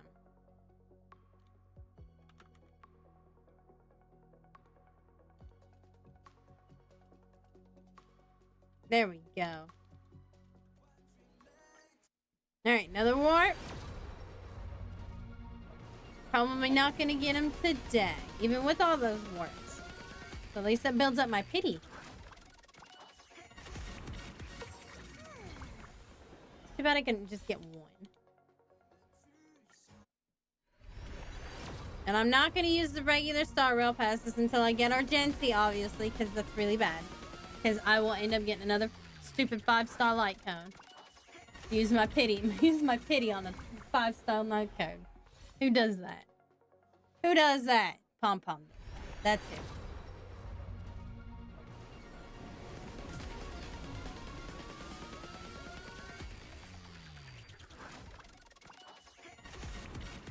More light cones. We got 5 more. Will we get them in 5? Probably not. It's gonna take me a while to get Argenti. Just like it did Haha. I'll be disappointed if I don't get him at all. But, you know, at least I got Hanya, I guess. Miss the Little Lord's 10 Judges Commission. 10 Lords Commission Judge.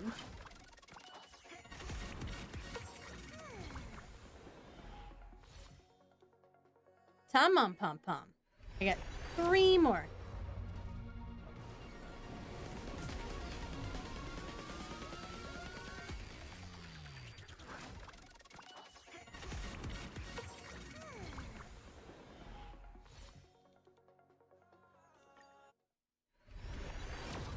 Ba-da-ba-da-ba. Nope. Nope. I'm gonna get all blues now from here on out.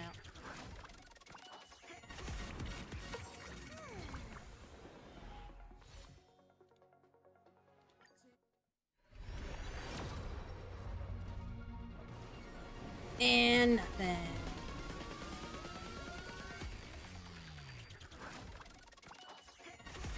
Well, at least we got Hanya.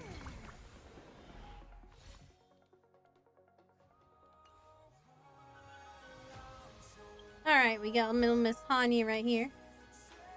Oh, we also have some Eidolons put in here. Every star is a miracle. Every star is a miracle. We got all Lynxy here. Everyone needs some time alone. And here is Hanya.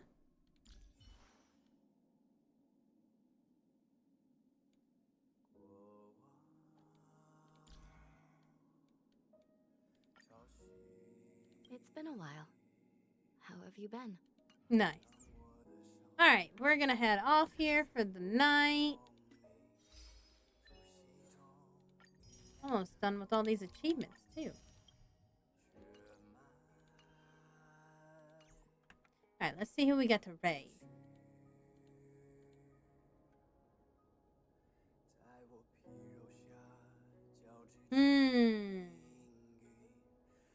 Atsumori's playing Final Fantasy. Let's go over to Atsumori here. And we'll raid Atsumori.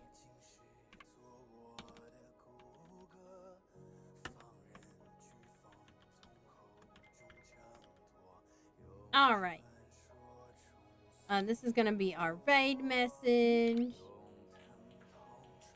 Just gonna put the dragon. I'll see you guys all tomorrow. We're gonna work on new art tomorrow. Hooray, hooray, hooray. So I will see you guys tomorrow at 3 p.m. EST. Next Saturday should be all weekend should be good to go. No schedule changes. The weekend after we'll probably have a schedule change. But thank you all for joining me. I'm glad we got Hanya.